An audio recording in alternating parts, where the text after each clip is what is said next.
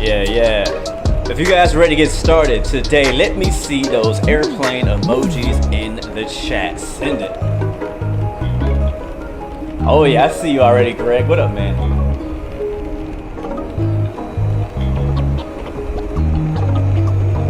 Man, that's beautiful right there.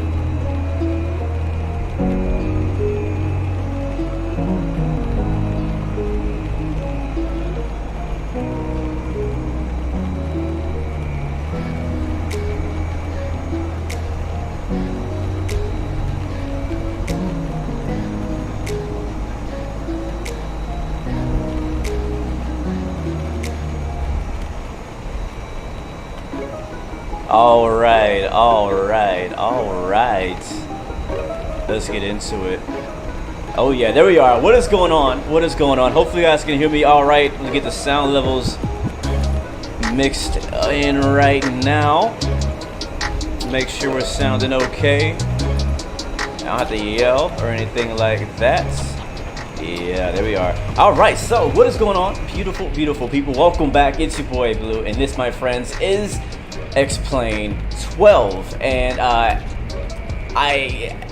I know I said we're gonna do Microsoft Flight Sim today, but right after our last stream, I found out what our issue was. So basically, this whole live stream is a redemption for me and a continuation of our past live stream where we got stuck in Ohio after I think it was 6 or 7 rejected takeoffs.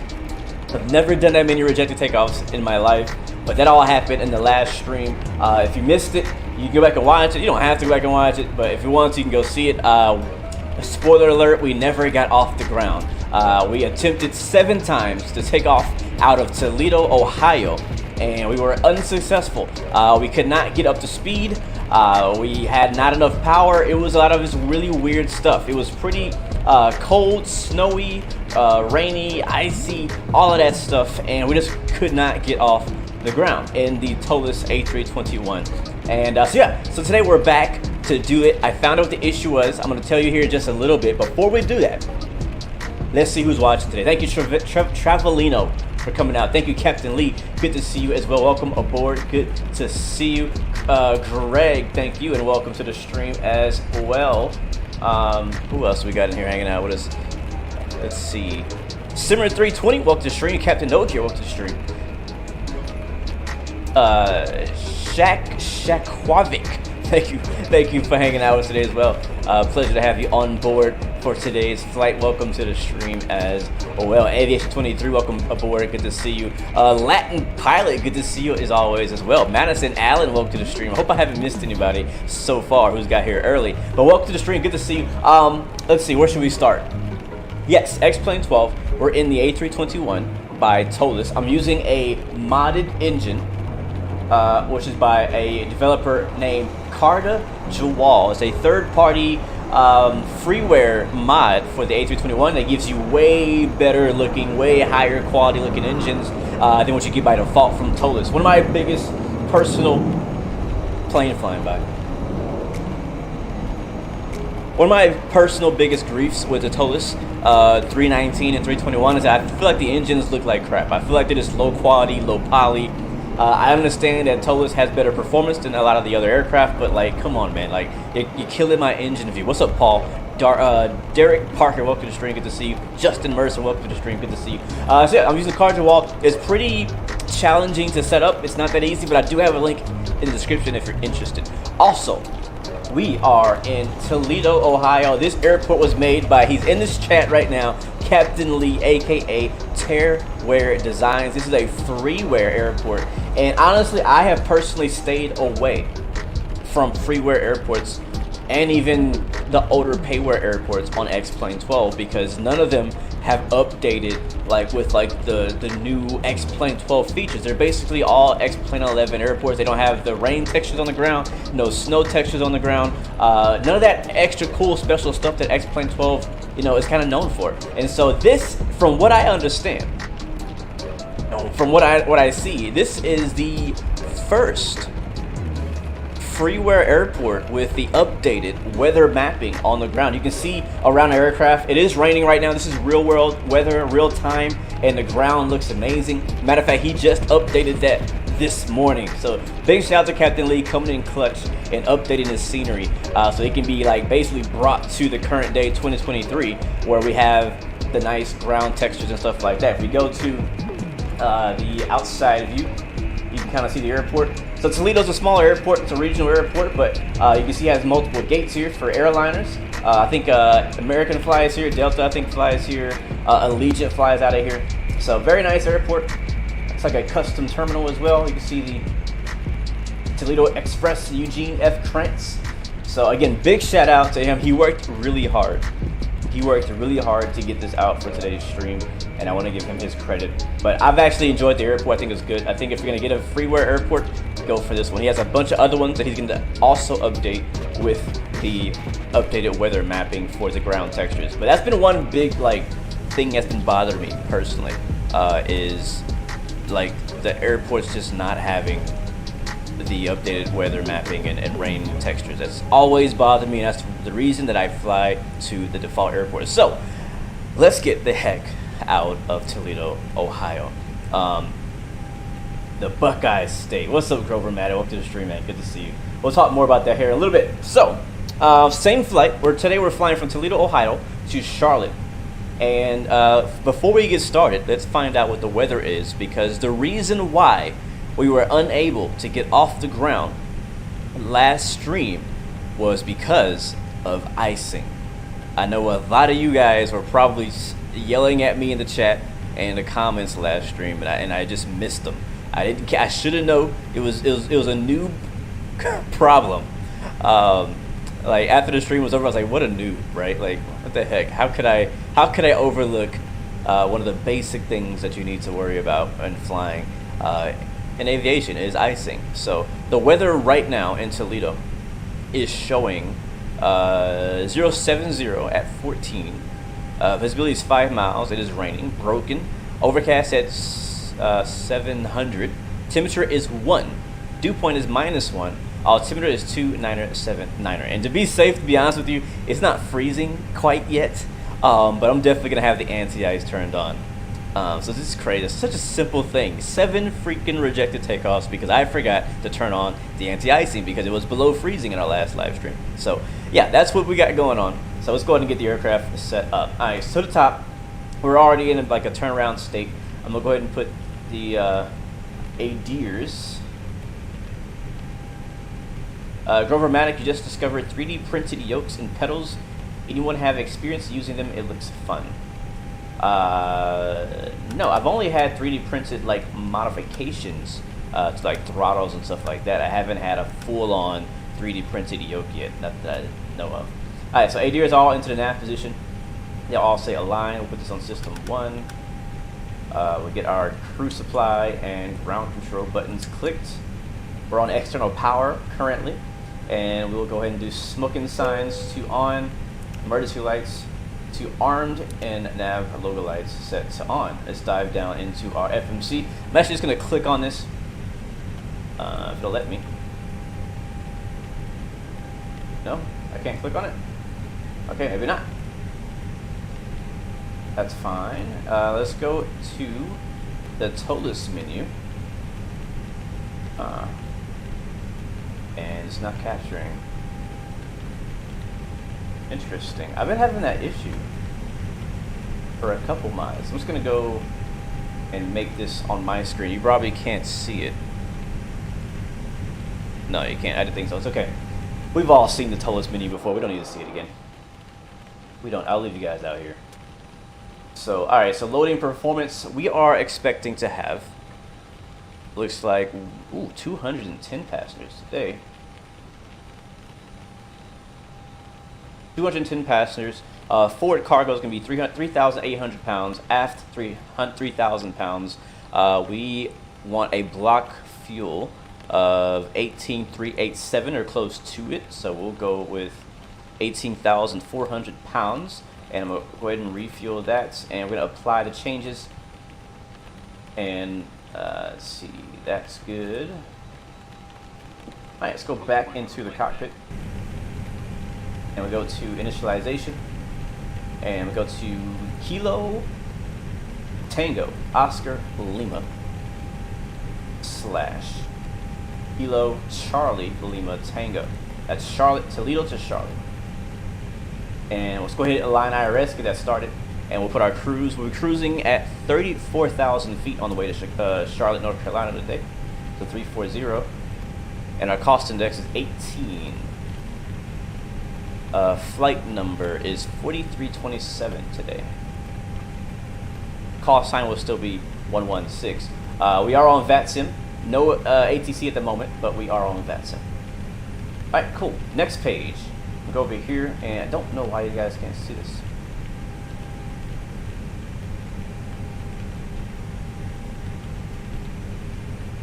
Make sure you guys can actually see. Okay, we're good. Making sure. It's a weird thing when I open a Toliss window, it doesn't want to open in X-Plane. It makes me open it externally, so you can't actually see it. But it's actually better for me. I can pull it up on my second monitor and compare numbers. So for zero fuel weight, we're looking at 158.7. 158.7. That's gonna be slash the CG 25.5.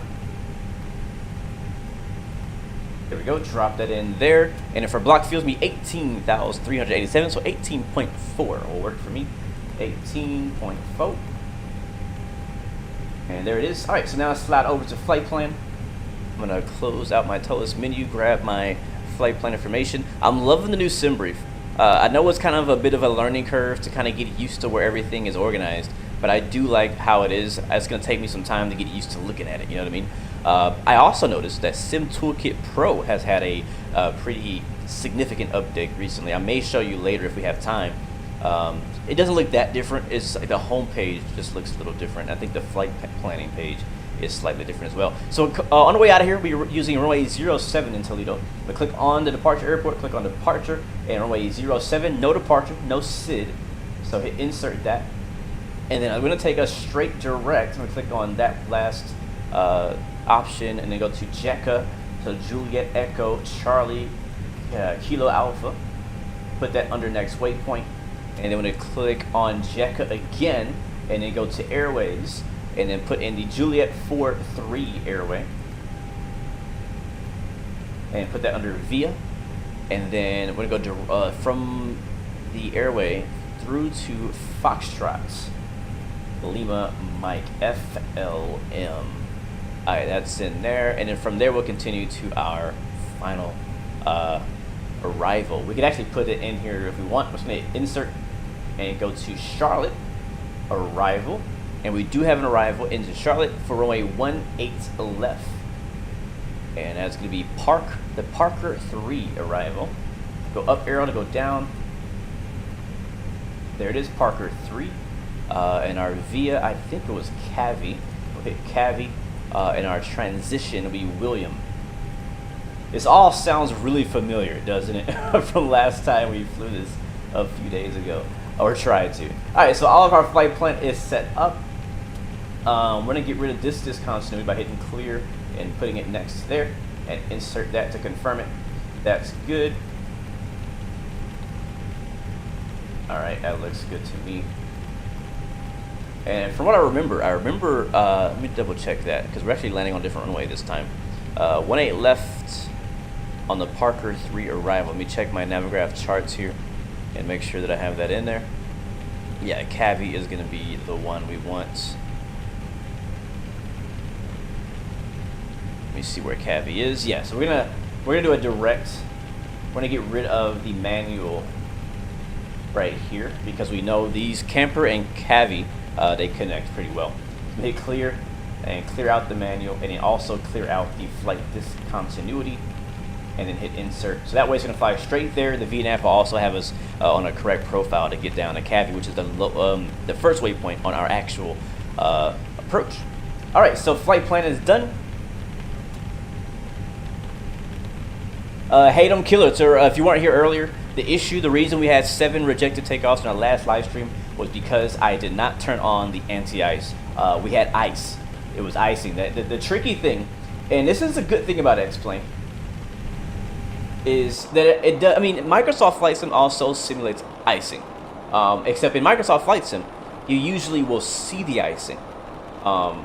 and then you know, from there you usually like react like, all right, I need icing. Or if you know better, like I should have, if it's below freezing, you just automatically put the anti-ice or whatever on. I didn't do that. So in X-Plane, you don't see ice on the wing. At least I didn't see any icing on the wings. Matter of fact, there was not even any icing on the window because our window heat was on, I think. But yeah, we had ice somewhere that added too much weight to the aircraft. Therefore, we were not able to get up to speed and get through our V1 and take off and depart.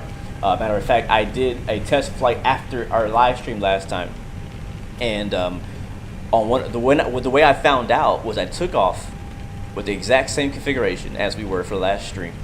I got in the air, but not long after, I lost all control and stalled out because the plane iced over. And I actually got a notification here as well that I was getting icing. Now, when you're on the ground sitting here, you don't get a notification of icing. And because we've been sitting here for so long, and last time went through the same thing. We were sitting here and ice is building up. I decided not to do de-icing, and that was an issue. So flying to Charlotte today, and yeah. All right, so weather in Toledo. I was gonna get the altimeter, so 2979er. Let's go ahead and put that right here. We're still waiting for the adheres to align. It's gonna take one more minute, and we'll be ready for a push. 2979er. Alright, on the left side, still on the right side. Alright, cool. Alright, we'll set our altitude to 34,000. There it is. And IRS is almost aligned. Let's get the APU started. So hit APU master switch. We'll go down here, and we should see flap open here in just a second.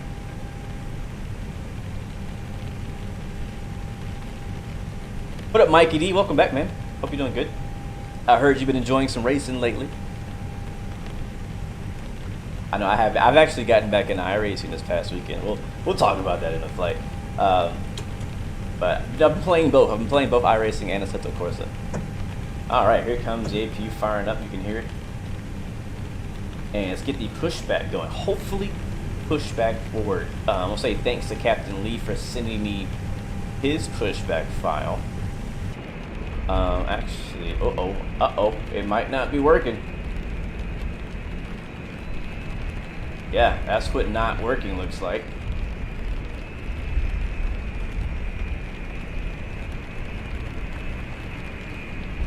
Yep. Well, wow.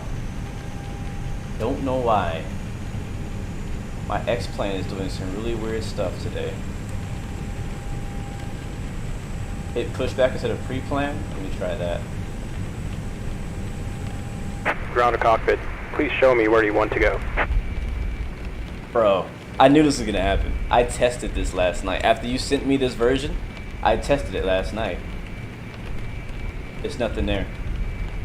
Nothing at all. Nothing at all.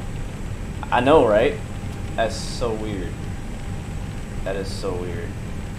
Yeah, it worked last night. Do I recommend the PMDG 737-700? Yeah. If you like yeah. I mean, if you don't have any of the...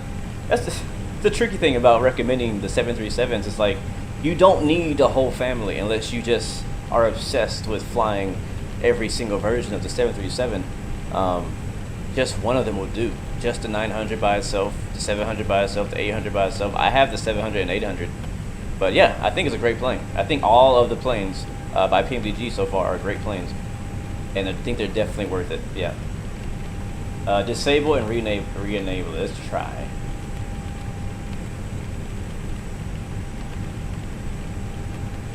Alright, so it's disabled.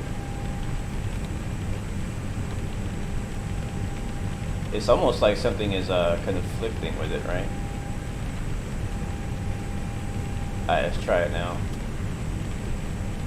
Midnight Maverick, we're trying to get out of Ohio now, man. We're working on it. Hopefully, we'll be okay. Alright, let's turn it back on, actually. I forgot.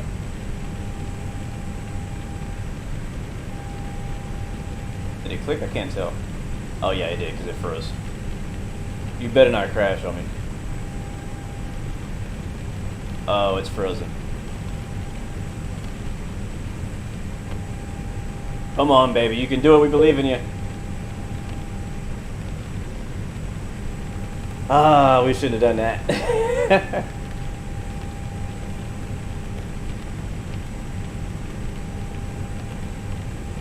Yeah, it's still frozen. Oh no. Okay, it's back. And it's still off. Yeah, because I like spammed it. It didn't like recognize it at first. Alright, I'm gonna try it again. Hopefully we're not cursed. To be stuck in Ohio here. Come on, I clicked it. Okay, there it is. I'm not doing it again because things could go really badly. Let's try. Is it in here? There it is, at the bottom. Start pushback. Ground to cockpit. Nope. Please show me where you want to go. Alright, well, that didn't work. We'll skip it. Okay, IRS is a line. APU is a veil. APU bleed on. Beacon light on. TPO signs on.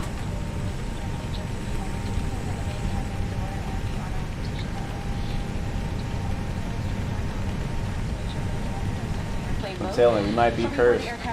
We might be. Oh, bro, Captain Lee, these textures look great, man. Great job. Great job. Look at the raindrops. See, this right here is what I personally enjoy about X-Plane. Look at that.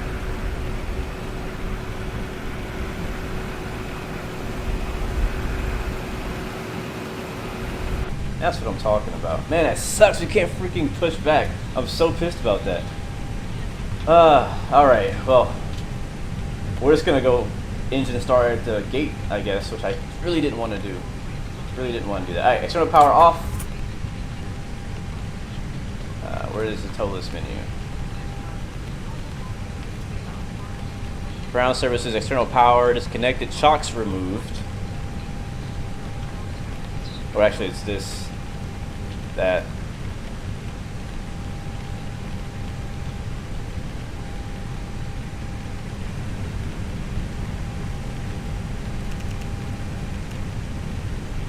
All right, we'll start the engines right here. You guys ready? Headphones on. And starting, since we're at the gate, yeah, we still start at one. All right, starting one.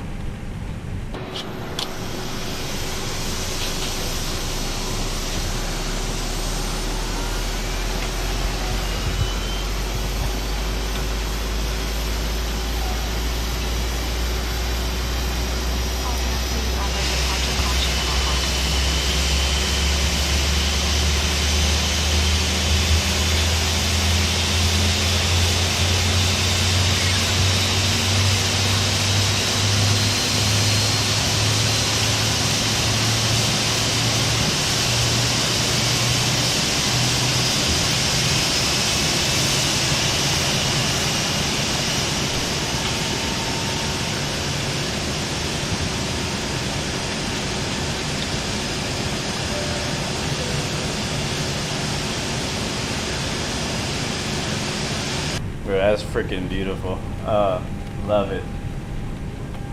Love it. All right, we're gonna power back with one engine. We'll see how that works for us. We need to actually flip around to nose to the left.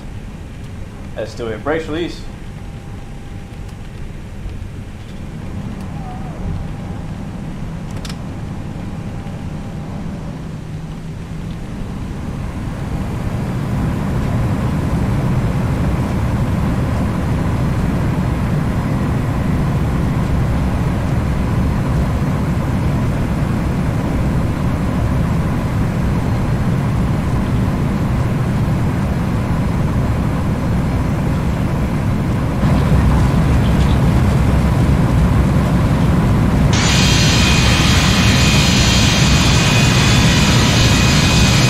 I know it's loud.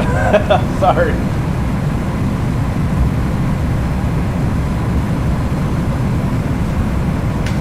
All aboard!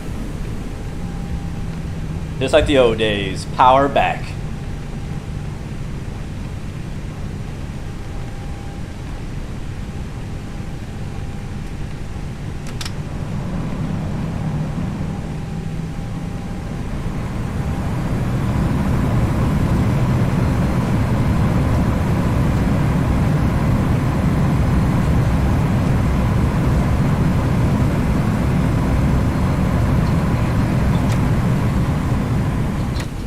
That's good enough.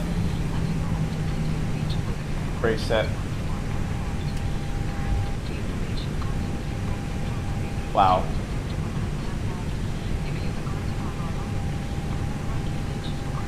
Alright, AP. We'll start the second engine. Starting 2. Unable to find view ID 15.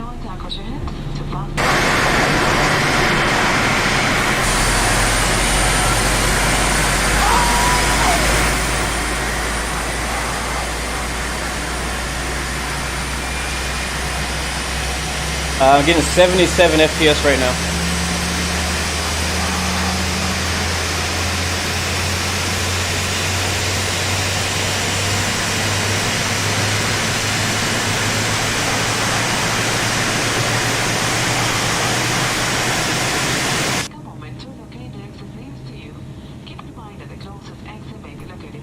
We're also using the BSS sound pack, by the way, for the, was it the IAE? No, CFM? Yeah, CFM engine sound pack from BSS.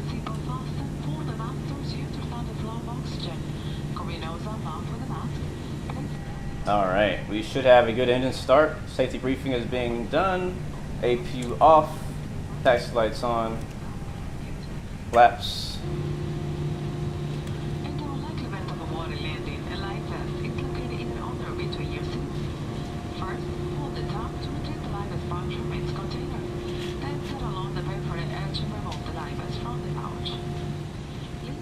Alright, let's get out of here. Oh, look at that! Oh, that's sick. Look at this. Look at this. Hold on. Hold on, no. We're going to do it the right way. We're going to do it right. Park and brake off. We're going to taxi off the drive-by.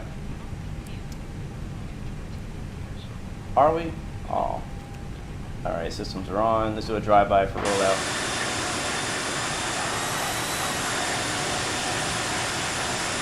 Let's go.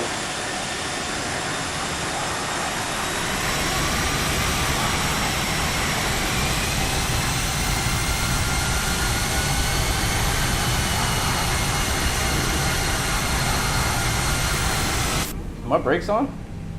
No, they're off. Why are we not moving? Come on. There we go.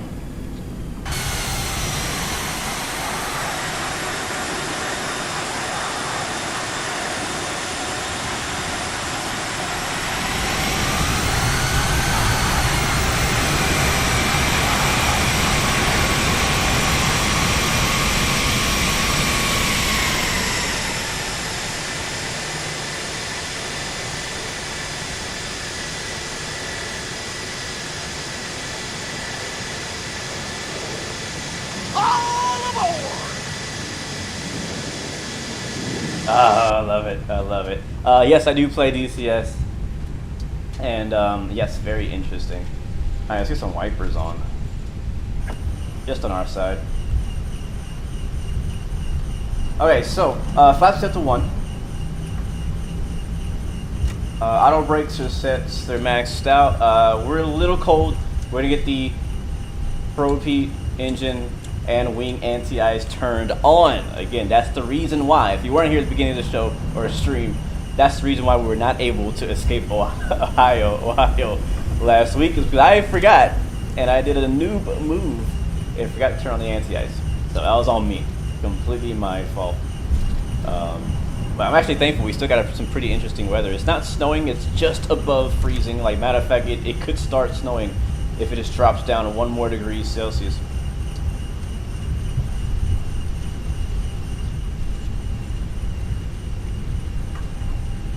But yeah, in chat, let me know if there's anything that I'm missing, that I'm forgetting.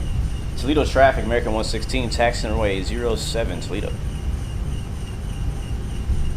My settings are all maxed out, pilot. Everything's maxed out. So that's the easy way to explain. Oh, we did forget VREFs. Thank you so much for calling that out. And I was like, something is missing. Yeah, I'm gonna wait till we get down there, and I'll change it. Thank you, Jesse. Thank you, Captain Lee. What up, British Aviator? Welcome to the stream, man. Welcome aboard.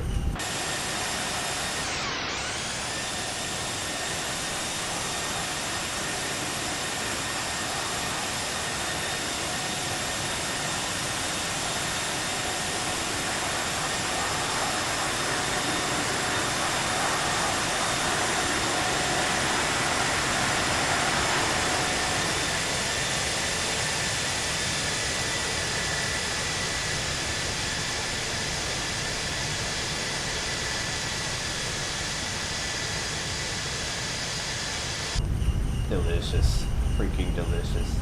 I've already done a flight control check, so we're good on that.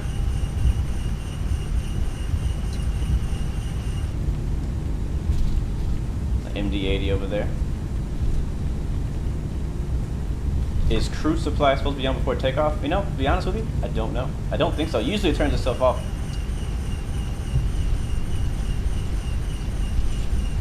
Alright, so we're taxiing down Bravo. Airport elevation is 683 here in Toledo.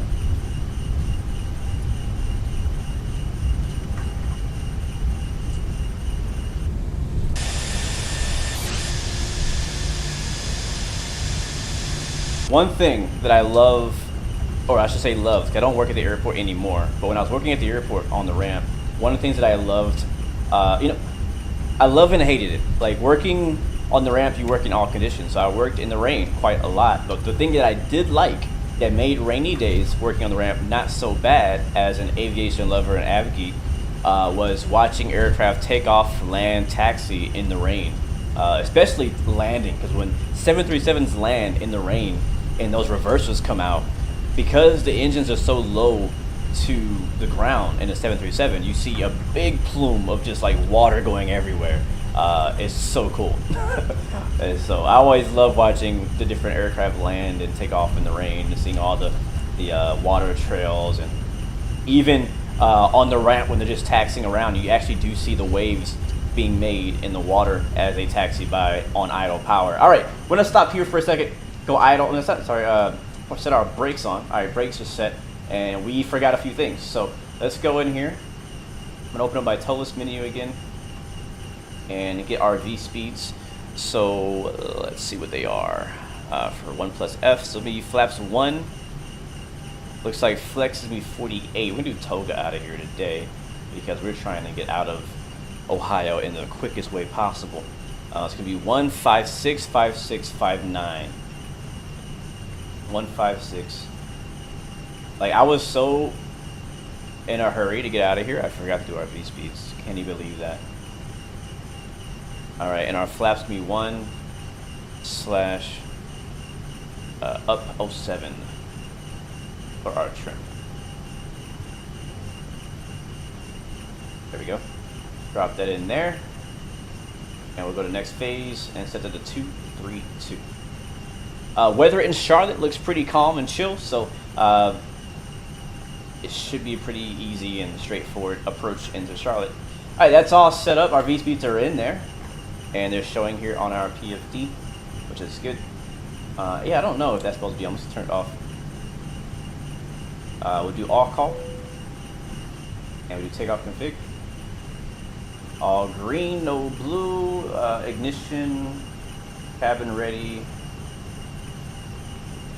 Do I need the ignition on when I have anti-ice? I'm not sure. A velo checklist complete. It's supposed to be on? Okay. Okay. Well, actually, it says off. So on is that. All right, strobe lights on. Landing lights on. Wing lights on. Seatbelt signs good. Anti-ice is on for takeoff in this cold weather out here in Ohio. Flight control is complete. Before we leave, chat. Am I forgetting anything? You have one. You got speak now, forever hold your peace. I think we're good. This is why I should use checklist for sure. But since we're not, I depend on my memory and your participation. The auto brakes are set. Landing gear is good. Altitude set. Altimeter set. Takeoff config tested and okay. Anti-ice on. I think I'm good. I'm getting 108 FPS right now. Oh my god. What is going on? Alright, we're good. Let's fly. We all set. Ladies and gentlemen. I don't know. I feel like we should say something different. I don't know. When I take off, I'm going to say, see you, Ohio. Goodbye, Ohio. We're getting out of here. All right, let's see if I can do a drive-by and get us lined up on the runway at the same time, because I would like to see that.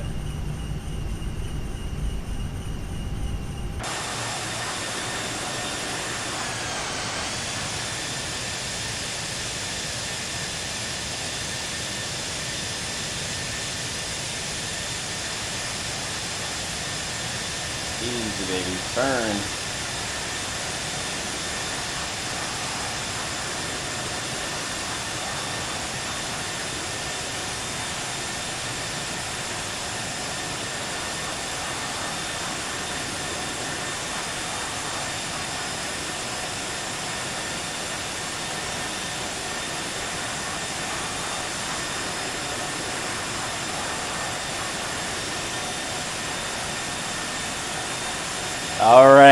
Toga from the outside view. Hold on. We got a flight control camera today. All right, Toga in the chat, and see you, Ohio. We out of here, baby.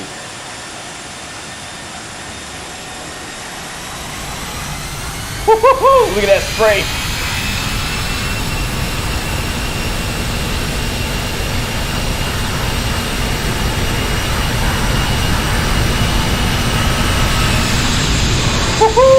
Oh, let's get in there.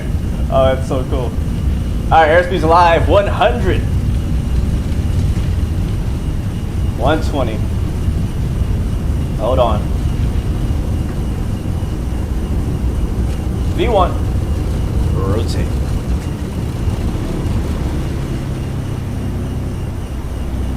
We up, baby.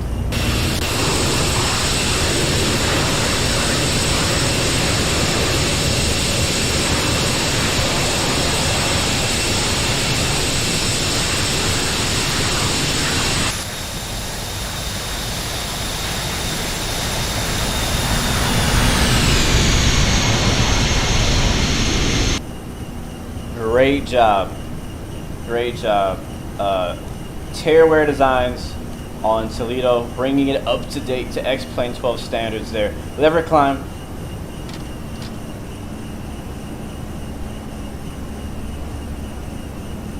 Lot of rain.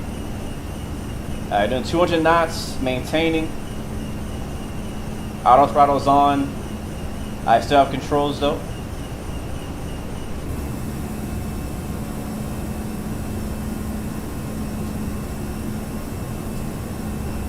No, we haven't escaped yet. Wait till we get across the Ohio border. Alright, flaps up.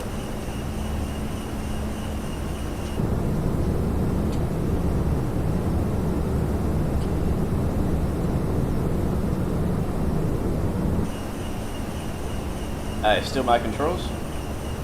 Watch our speed, watch our speed. Right at 250 knots. Gonna nose up a little bit.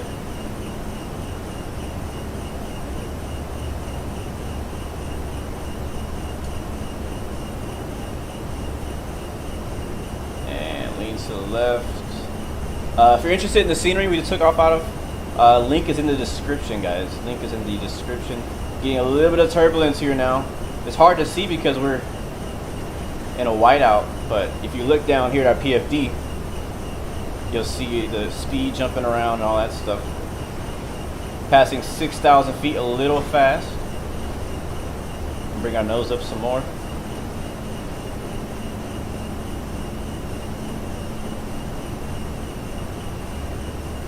Ohio is like a California. Ohio is like, oh snap! Oh no, no, no, no! Bring it down! Bring it down! Bring it down! Bring it down! Bring it down! We need speed! We need speed! We need speed! We need speed! Wow, what is going on here? Oh, I know why. There we go.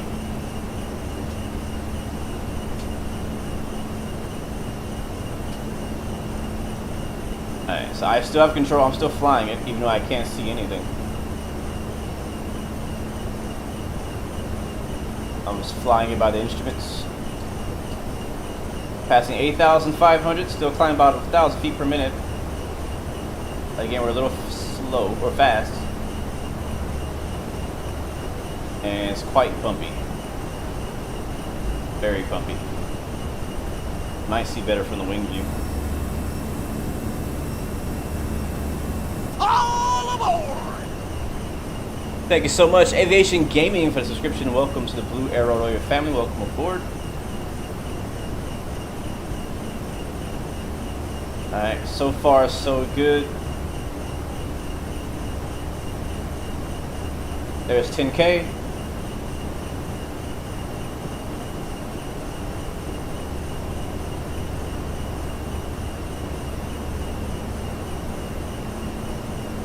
I'm waiting for the breakout. I'm waiting for the breakout.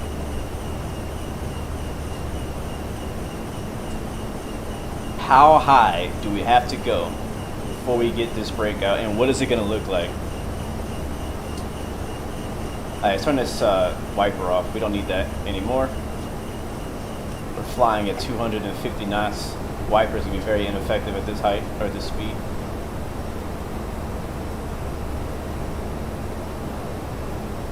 Alright, still flying the green line. Doing 280 knots now. If it's too small for you to see, we'll go ahead and look over and do a few things here. We'll unarm that, get our landing lights turned off. Wing light off. We'll leave anti-ice on. It's probably pretty cold. Negative 14 degrees. Yeah, definitely need ice. Anti-ice for that. How much more enjoyable is simming at good FPS? It is so much more enjoyable. Because usually, I should say usually, previously, when I was fighting for FPS with my old PC, you know, I was frustrated with the FPS. I'm trying to fine tune my sim all the time, and I'm just fighting with like the PC. And now that I have smoother FPS, higher FPS, I'm not fighting against my PC anymore. I'm just fighting against the plane, which is how it should be. You should not have to worry about flying at 20 FPS or stuff like that, or X-plane crashing, which it still could do. Rather than, it's much better to be able to just fight the plane. Thank you, Banana, for the subscription. Welcome to the Blue Area family. Ooh, rocking it. It's gonna take a while, I think. We're gonna go ahead and get autopilot on. To give you guys a smoother ride. I'm now hands-free. Still climbing through 15,000. And oh, here we go. Here comes a breakout. Here it comes.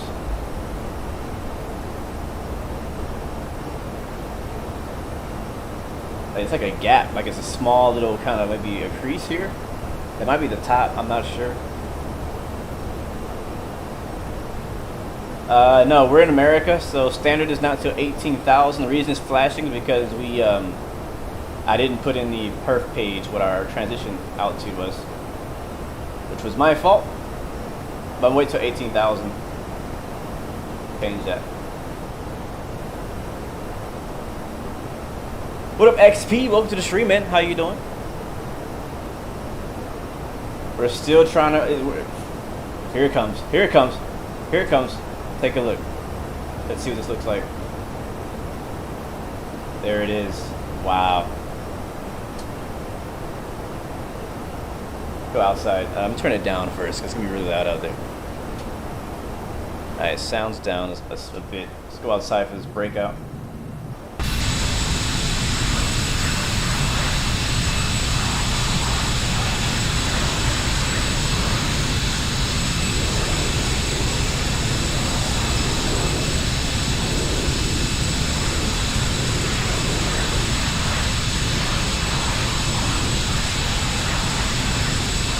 So we're still kind of surfing it, but we got some clear sky on the right, or open sky.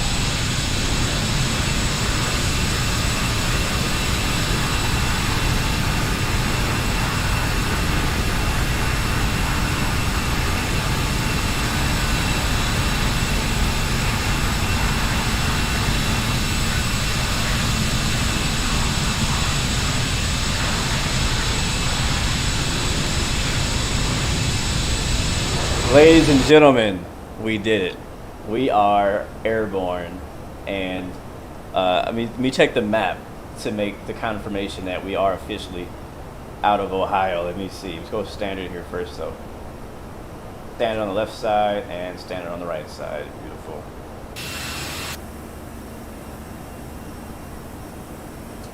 Let's see. Are we out of Ohio yet? Are we out?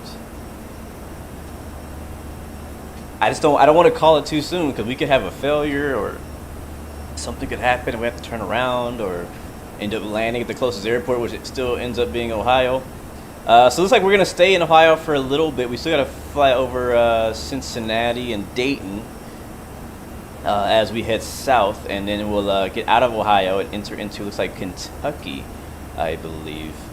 But I mean, so far the plane is flying smoothly. We don't have any issues. We're on autopilot. There's no icing detected going through those clouds was thankful. Turbulence didn't get too bad. It was a bit rocky, a little bit bumpy, but it wasn't too bad. Once we get past Dayton, Ohio, we should be clear of the worst part of this storm. Winter. If we would have went north, like towards Detroit, Michigan, out there, it's like it's getting some snow and some kind of like blizzard type rain or weather. But southbound, it's clearing up, and I'll show you guys on Toolkit Pro in a little bit what the weather looks like as we fly out of Ohio. So I don't want to call that we're out of it yet, because we're still in the state. We're actually not far from where are we right now. Catherine, welcome to the stream. How did we escape Ohio? All we had to do was turn on anti-ice. That's it. That is it.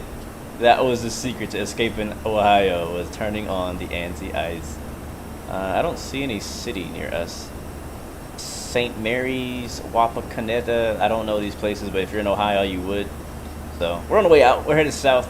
We're airborne. We're looking good. Coming out of this storm. The weather should only get better from here.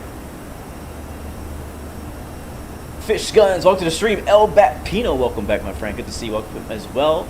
Merci beaucoup and bonjour, ça va. Welcome to the stream, bro. Hope you're doing well.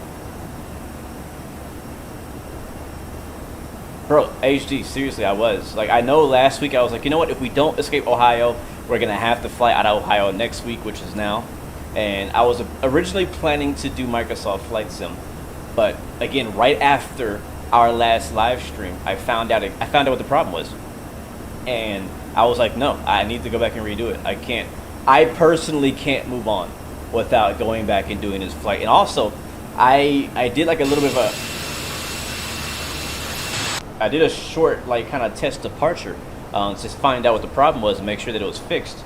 And I was just so impressed by how the visuals looked on X-Plane 12, going above the clouds, through the clouds, and stuff like that. I was like, man, I gotta do this again. Like, this is too nice. Like, a lot of people talk bad about X-Plane 12, and rightfully so, because at lower, specs and stuff like that, sometimes it doesn't look, to the standard that you may want compared to like Microsoft, for example. But honestly, I'm completely happy with the way my sim looks right now.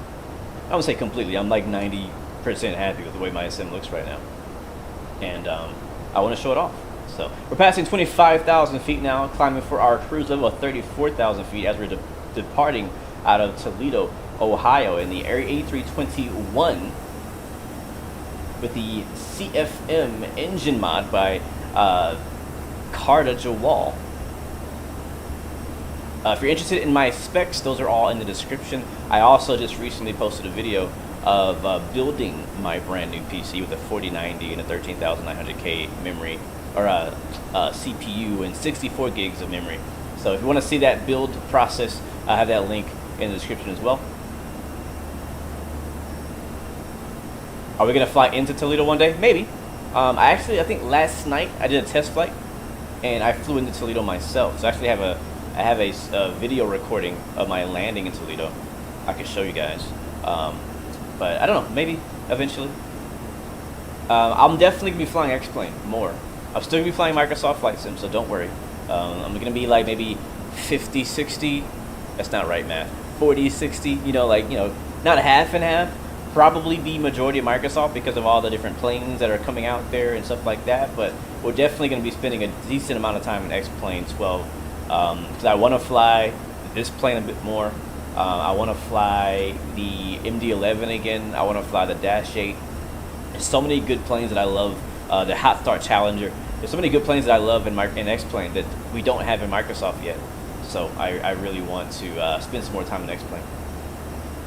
But yes, again, one last thing, Captain Lee, if he's in the chat right now, he is the developer of the airport we just took off out of. It's a freeware version of KTOL Toledo Airport on X-Plane 12. He just this morning released the weathered, I'm going to call it the weathered version of Toledo. It was already weathered. He's really good at doing like, ground textures, like having them look real grungy, but he finally updated it to have weather effects. So like if it rains, it's gonna get wet now. If it snows, I'm assuming it's gonna get icy and whatnot. So that's now updated. And from what I understand, this is the first airport as far as freeware to have the new X-Plane 12 treatment, I'll call.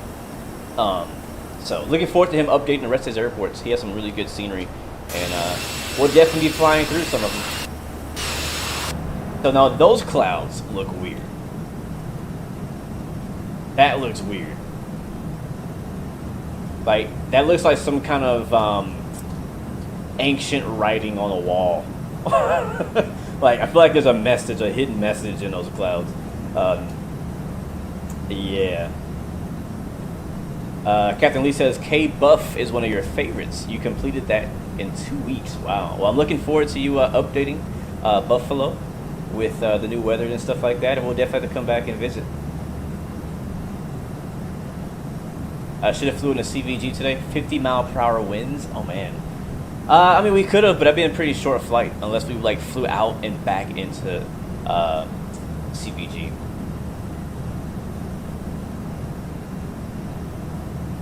Wow, Captain No Gear flying along with us in Microsoft Flight Sim at 20,000 feet and still no breakout. Wow.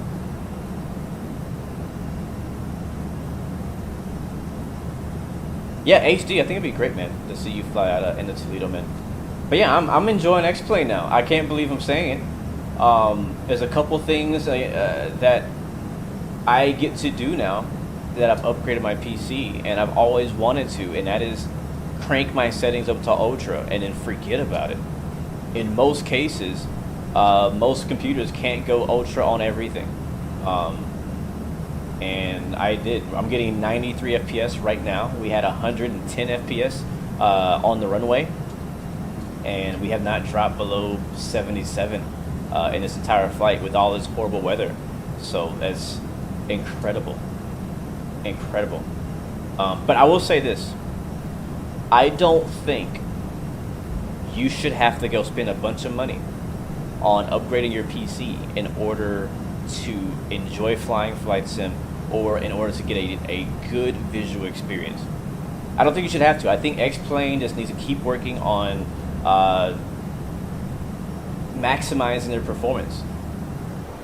It's not quite there yet for most people, and it wasn't there for my last PC. My old PC, I couldn't enjoy flying on X-Plane because I was constantly, I was getting low FPS, or my settings were so low that I wasn't enjoying the visual experience anymore.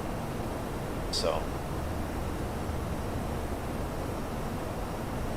yeah, you can do that too. You can get a 4090 and keep your settings where they are and just get a ridiculous amount of FPS. That's true. Gelato, no, I built a completely brand new computer. My old PC is actually in the closet right now. Eventually I want to turn that into a streaming PC and server.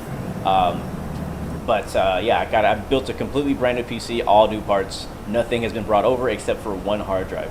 Yeah, that cloud looks weird. Yeah, that is immersion breaking. I'm gonna switch to a different view. Look at that. That looks good. Yes, he does, Highlight King. Thank you for a reminder. Captain No Gear can confirm running RTX 3060, getting 35 FPS in the fly-by-wire cockpit. That's good. That's good. That's really good. You don't need to obsess yourself with getting a crazy amount of FPS. As long as you're getting above 30, 35, above 35. As long as you're getting above 35 and a smooth experience, you should not need to worry about upgrading anything. If you're getting below 35 and stutters, for Flight Sim specifically, you might want to consider finding out what your bottleneck is and maybe upgrading a component somewhere, or whatever your weakest link is. It might be your CPU, it might be your GPU. That's where the biggest problems are, is either CPU or GPU. But also, No Gear found out recently that he needed some more RAM. He only had, I think you had 16, was it 16 or 8 gigabytes of RAM? I think you had 8 gigs of RAM or something ridiculously low. And so RAM can definitely make a difference. It's not going to give you a crazy amount of performance, but it does help. Let's go outside.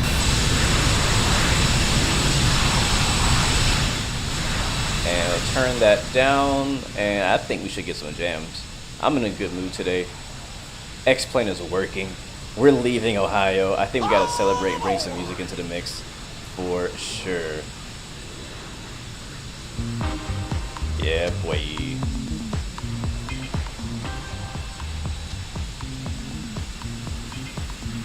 You know what? I have a view for this. There we go. Hey. You get 8 gigs of RAM. Yeah, like 8 gigs of RAM is not enough for flight sim. It's not. If you have 8 gigs of RAM and you're trying to flight sim, get 8 more. Seriously. Catherine, you need to get 16. 8 gigs is a struggle in flight sim.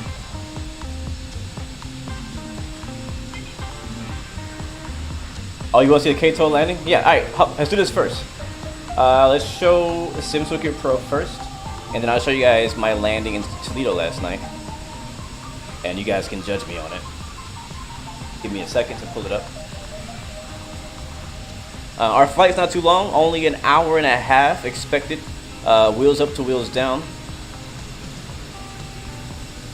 So if you have any questions, send it to me now before we get too busy.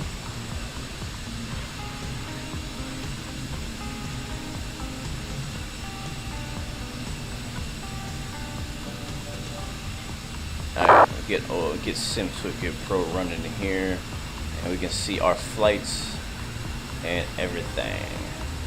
There it is. Let's see if it works. Oh, it works. Cool. Alright, so this is, if you don't already know, this is Toolkit Pro. This is what I use for my flight tracking. I log all my flights through here. You can actually see right now. Is this us? Is that us right there?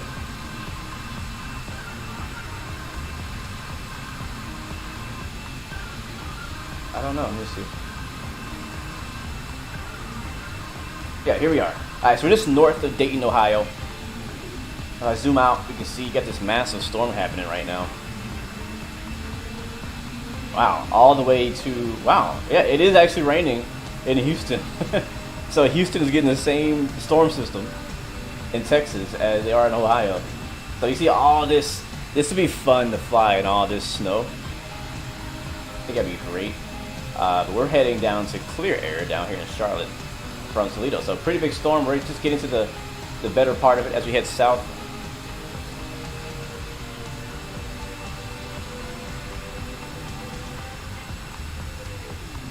And ATC down in Dallas, Fort Worth area. We have Oceanic, North Atlantic track over there. Always a lot of ATC out in Europe, of course. So that's our flight.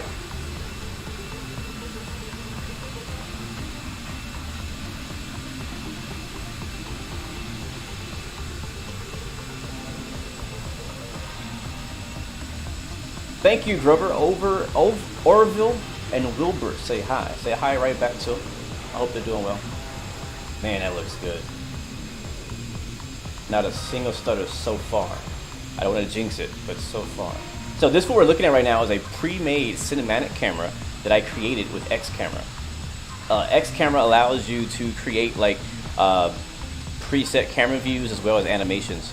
So that's what I use for all my X-Plane camera views and stuff like that. Alright, so you guys were asking about the landing in Toledo. Let me see if I can pull that up. We should be pretty close to our cruise. Won't be cruising for long. Do sins in the stutters.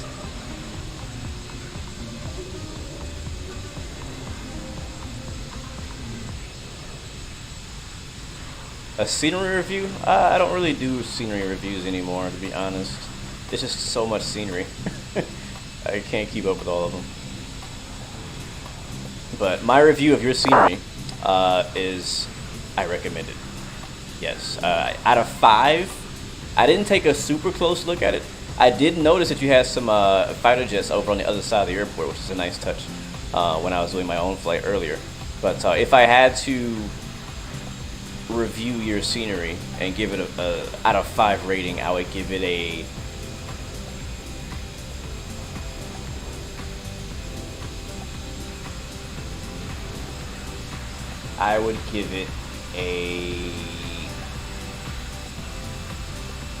The number that comes to mind is 3.8, which is good. I don't want you to be offended by that. 3.8 in my book is good. Things that would make it in the 4s would be interiors, more custom buildings and custom objects, stuff like that. More ground clutter around the terminal area, stuff like that.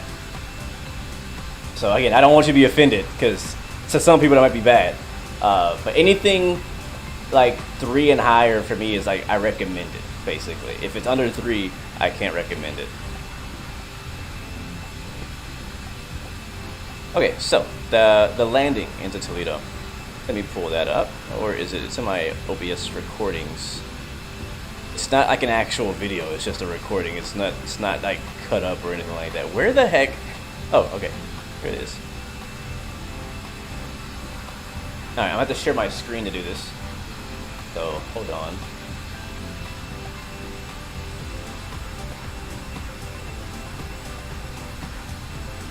Alright, display capture.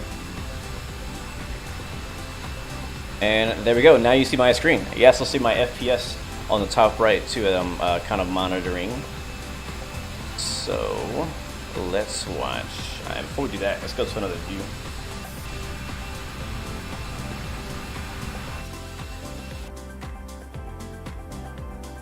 What view? Let's do. I can't decide. Let's do that one. We'll do that one. Okay. Let me pull it up. Let's watch my favorite view first. So I'll pop this one up. I don't want it to be full screen though.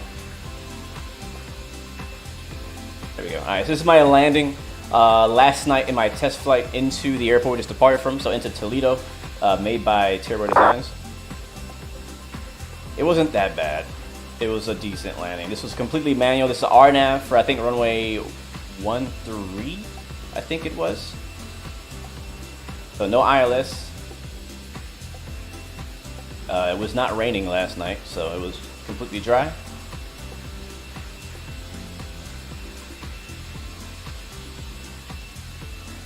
And there we go, on a center line too, baby. The nice tire smoke there, reversers up. So that's that view. And then I recorded. You know, whenever I get a good landing, I gotta record it from like 10 different camera angles. You know what it is. You know how it is. Do I do NVENC encoding on OBS? I've always done NVENC encoding on OBS, even on my old PC. I always use the same encoding. But yes, I use the NVIDIA encoding.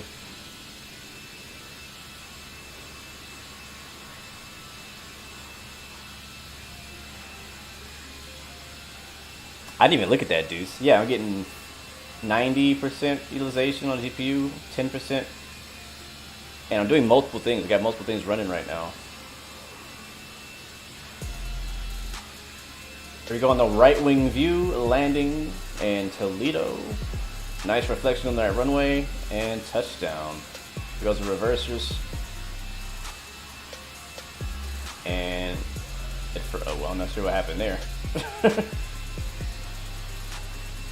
Yeah. I love these engines. It looks so good. They look so good. And of course, I got a spotter view.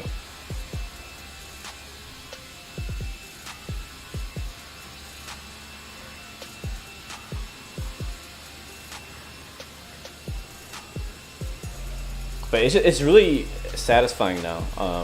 I keep, comparing to my old PC, but like, if you guys don't understand, I've been using my old PC for like 5 to 6 years. I have not upgraded my computer in that long. There we go, baby, with the butter in there. Beautiful. And the only thing I updated on my old PC, since I had originally bought it, it was a pre-made PC, a pre-built custom PC. And I think I upgraded the RAM, so I think I originally had 16 gigs of RAM, and I upgraded to 32, which helped with video editing quite a bit. And that's it. I never upgraded my graphics card. I never upgraded my CPU. All that stuff stayed the same. Only thing I changed really was the RAM, and then you know TV monitors and things like that I changed over the time, but that doesn't really affect it. But back then, I was always, not always, but you know, the last probably 3 years, I would say maybe, at least, you know, since technology has continued and advanced and flight sims have gotten more and more detailed, struggling for FPS, you know, turning my settings down, watching replays at half speed because my FPS were so low, or like mad stutters. So, you know, being able to record and watch my landings and do my flights now is, I have to say, it is definitely more enjoyable for me now. I can actually appreciate it now because it's smooth. I don't have to be like, why is it stuttering all the time, you know? All right, making our left turn now, looks like. You can kind of see my ortho down below too.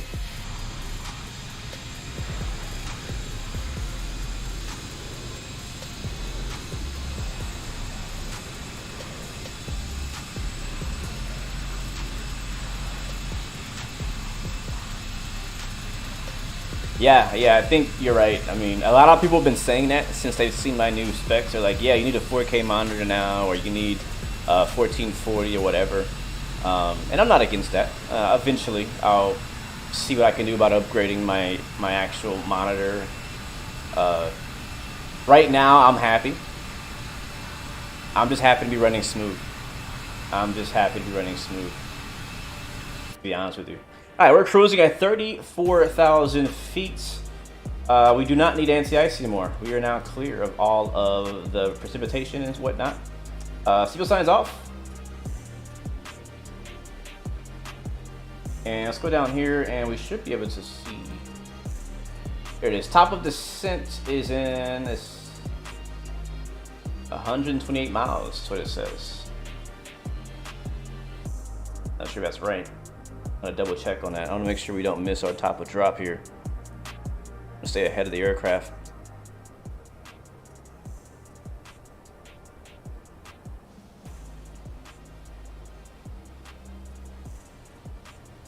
Yeah, that is true, Deuce. And I'm aware. So the 4090 specifically, I can't speak for all the other cards, but the 4090 will perform, I say perform better, but it was meant for like 4K and higher resolution screens, like 1440 minimum.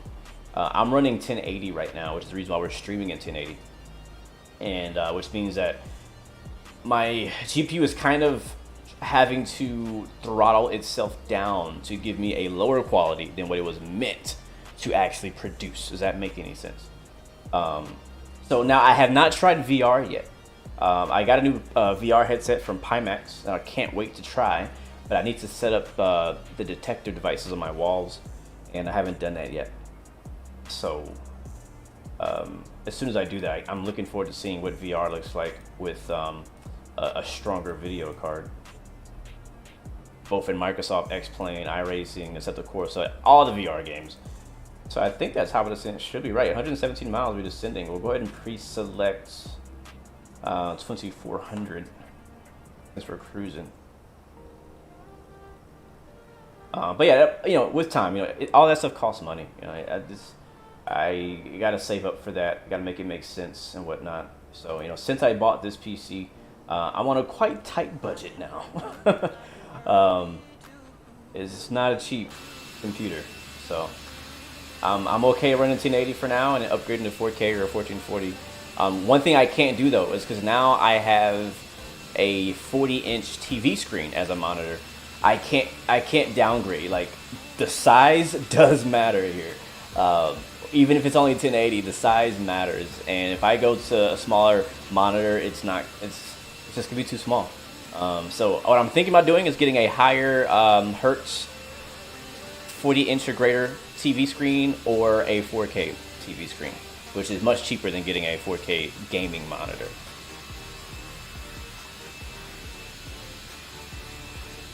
But yeah, so yeah, this will be good, man. This will be good. So far, it's been good. I have been testing Microsoft Flight Sim. Microsoft Flight Sim also looks great. It runs great. I'm not sure what we're doing yet tomorrow. We might do Microsoft Flight Sim. It really, really depends on work. I'm really busy with work right now. That's why we're doing a lot of short flights for these live streams, because as soon as I finish flying, I got to get back to work and catch up on that. So not really able to do any longer live streams right now, but if I have time, tomorrow we'll go back live again, and we probably will make a visit on Microsoft Flight Sim so I can show you what that looks like, also on max settings. And then Friday, we'll be streaming Train Sim World 3 with the new US DLC content. I've already been using it, I've been trying it. Sadly, I did not have time to record any pre-recorded videos. I'll still make some for later. But we'll be live streaming that on Friday. I'm looking forward to that because I've been looking forward to that DLC for a while. I'll be driving the Acela Amtrak train through New Jersey, through Boston.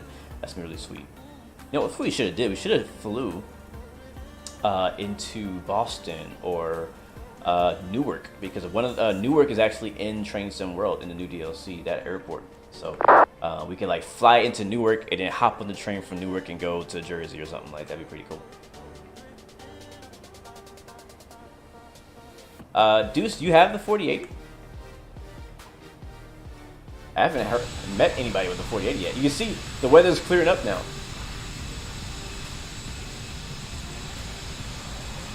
Clouds are breaking up.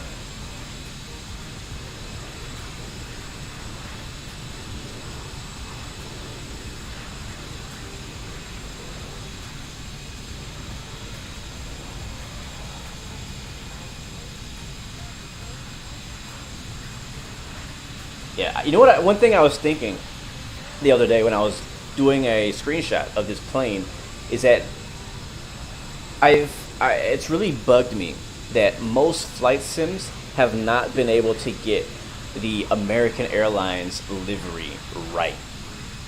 If you know what I'm talking about, if you've seen the American Airlines livery in person, it has a very unique kind of, it's not white, but it's kind of like a silver grayish. It's hard to explain what it looks like. I feel like in X-Plane 12, I feel like it's the closest version. Like, I feel like this color is the closest rendition to what it really looks like in real life. Like, all the American Airlines liveries and Microsoft flights, in my opinion, do not look good. That's why I don't fly them.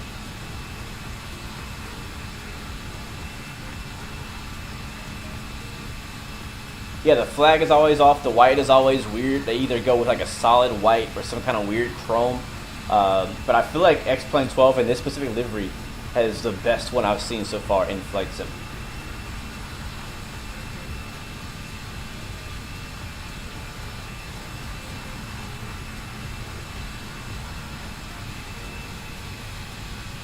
Yeah, like a glossy gray. It's hard to explain, it really is.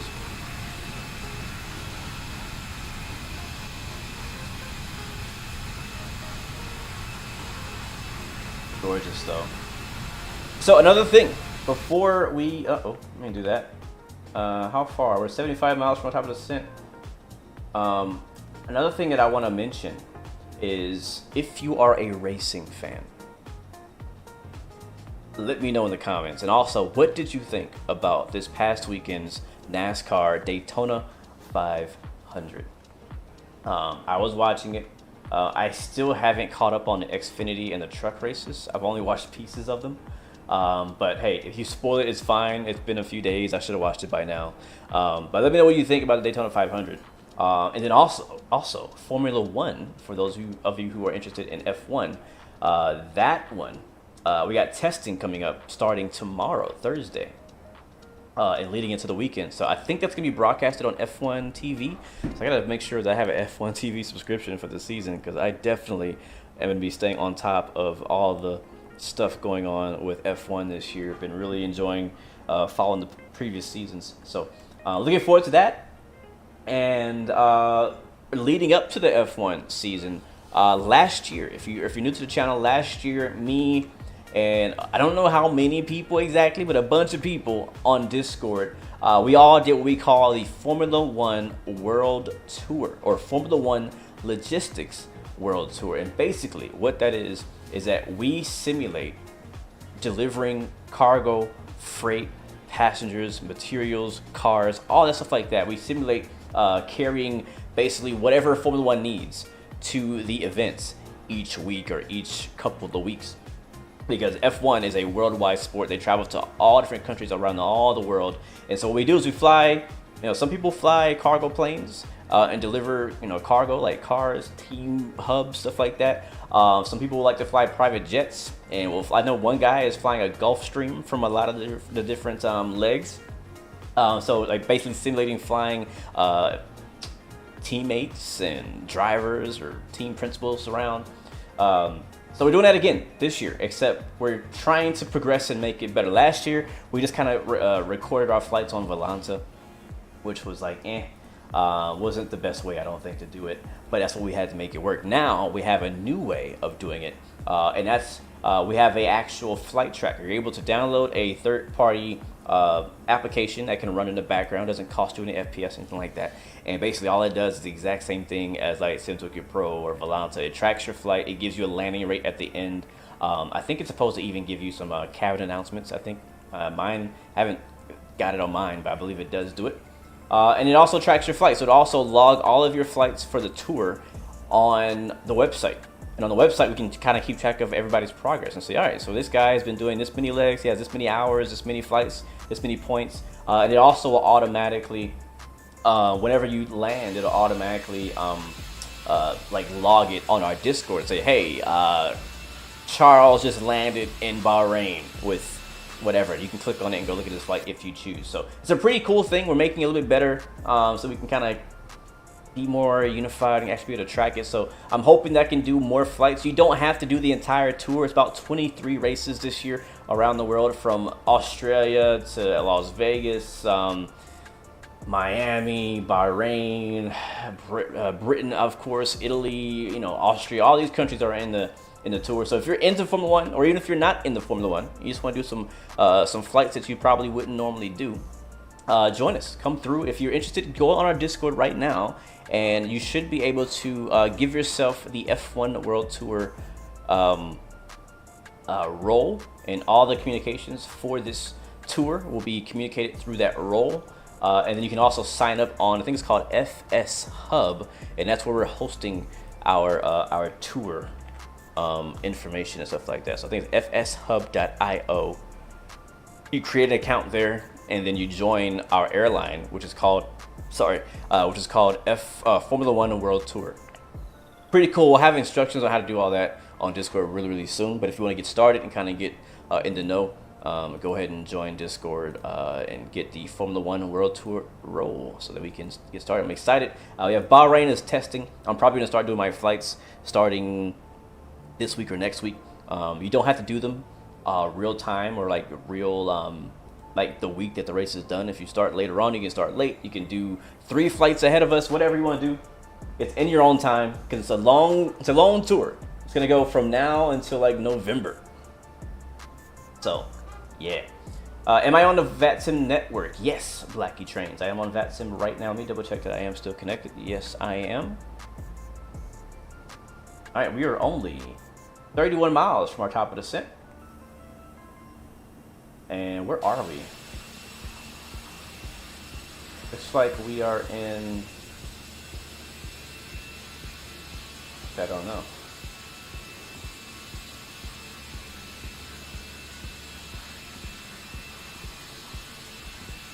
I think we're in Kentucky still. Yeah, I believe we're in Kentucky. Clouds are thinning out, getting higher. But I'm looking forward to it. It's going to be a lot of long hauls. I'm probably going to do the majority of my flights in a mixture of planes. I'm probably going to fly the 777 from Captain Sim until we get the PMDG. I can't wait for that.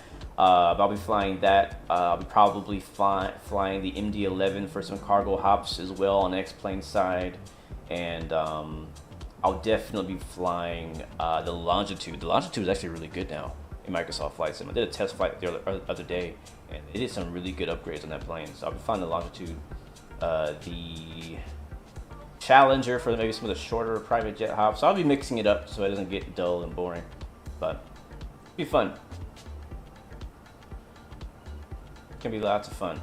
And then also, we'll be doing, I know me and XP and a bunch of other guys from the Flight Sim community will also be racing on Assetto Corsa Competizione on Thursdays. So if you're interested in racing on Assetto Corsa, you can join us on Thursdays. We'll be racing at different tracks. I think this week we're racing at Zolder. I believe I'll be there this time.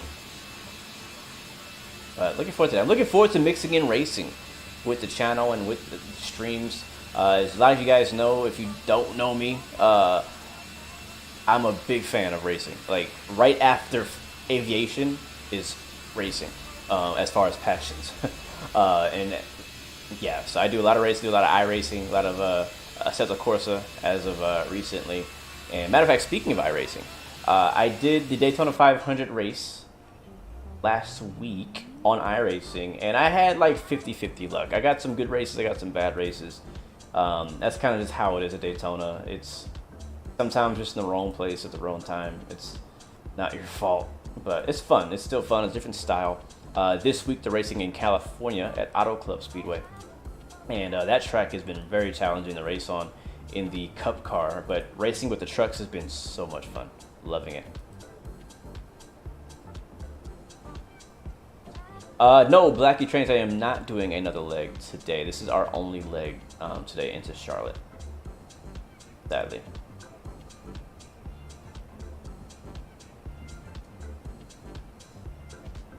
Plain dude, are you talking about the American Airlines livery? Oh, what are you talking about? I think in some instances it is whiter.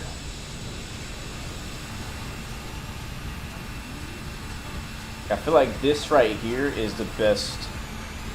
Oops. That's none of that's what I want to do. What does that even do? Look at those mountains down there.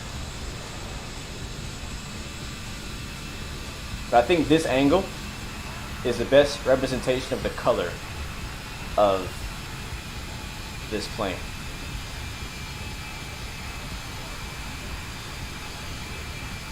I think it's the best one.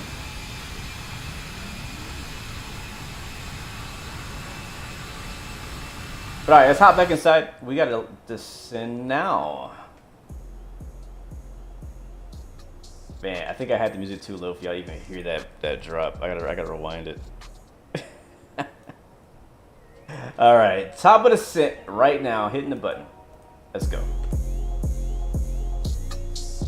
Alright, so down to our destination information. Let's go ahead and grab the weather for Charlotte, North Carolina. Let's see what it is. It shouldn't be too bad. Last time I checked.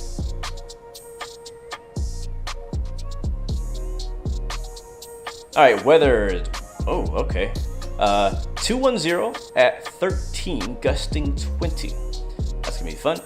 Visibility is 10 or clear. Few at 1300, scattered at 2400 feet, broken at 4000 feet. So that's some low clouds.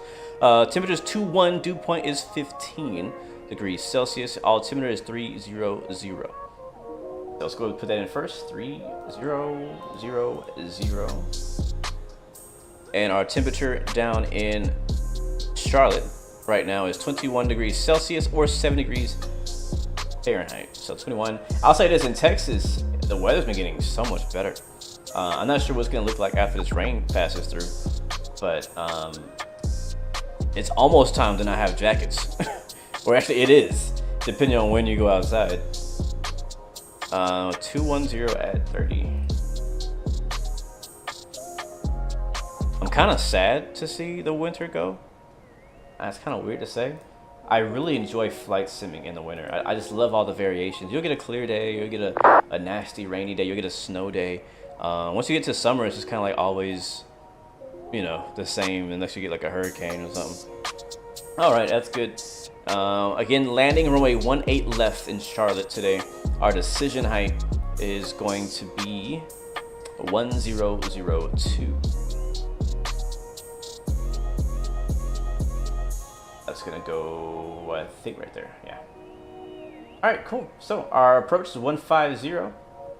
That is all in and good. Let's go switch this over to flight plan page.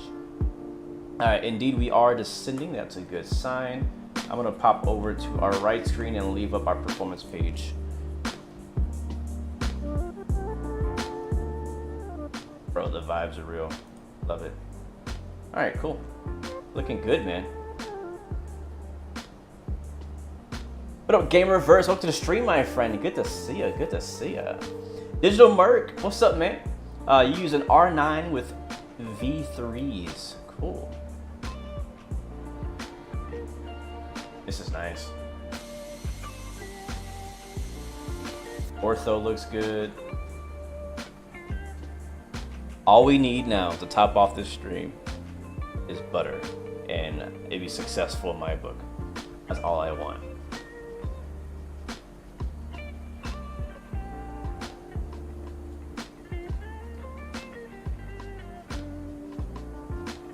Ooh, good question. Ian Gonzalez is asking, how did I get all of the info from one PC to another? You're interested in getting a new PC but don't know how to transfer everything.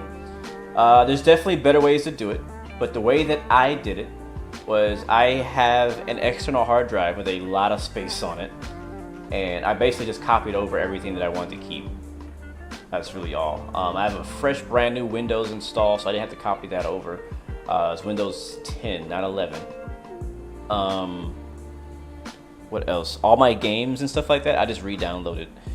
Because usually, like Steam and stuff like that, they have like a cloud save, so you'll get to keep it. I'll make sure that you have a cloud save on any game that you want to transfer over. So, because I had to go in and manually copy some of the save game files for some of my games to make sure that it would work on the new PC. So I don't lose my progress. So that's one thing gaming wise you got to be careful for, is that make sure you have cloud saves turned on if it's available, and if that doesn't work, go ahead and make sure to back that up on some kind of hard drive and import it into the new PC. But most of the stuff, honestly, most of the things on this new PC are all fresh installs. I kind of wanted to do that as well because I want to make sure that I didn't transfer over any corrupted game files or anything wrong. Like, for example, Assetto Corsa, I did a brand new install of that. You can actually, with Assetto Corsa, you can download and copy over all of your mods, so you don't have to re-download those. X-Plane, with X-Plane you can actually copy the entire X-Plane folder and just put it on a new computer and run it. You don't have to go and reinstall that. You don't have to do all that crazy stuff. It's really cool. For me, I did a fresh new reinstall. I didn't copy, but I did copy over all my planes, all my save camera views, all the stuff that's, you know, hard to redo. Yeah, basically anything I wanted to transfer over, I put on an external hard drive and transferred it. Everything else, I just started from scratch. If I want to go to the airline, what plane do I want to fly? That's a hard one. That's a hard one. I want to fly everything. I really do. I want to fly everything. I don't have a preference, man. Whatever it is available. You know, 737s, any variant. A320s, any variant. I wouldn't mind flying heavies. 767s, 757s. I would really, honestly, I think one thing I've always wanted to do, and I may find out later on as I get closer to flying, if it's realistic or not, but I've always wanted to fly a private jet. I've always wanted to fly business jets, and even turboprops like King Air. Like, my dream plane to fly is a King Air. All right, we're reaching our first altitude restriction of 19,000 feet at Suvan. We're descending via the Parker 3 arrival. Yes, Susan. So 19,000 feet, 270 knots. The VNAV is doing perfectly. We met that exactly as it's posted. So we're at 19,000 and we're at 270 knots. And now we're going to continue descending to Parker. We need to be at or below 20,000 feet, at or above 12,000 feet, and at 250 knots. So that looks good so far.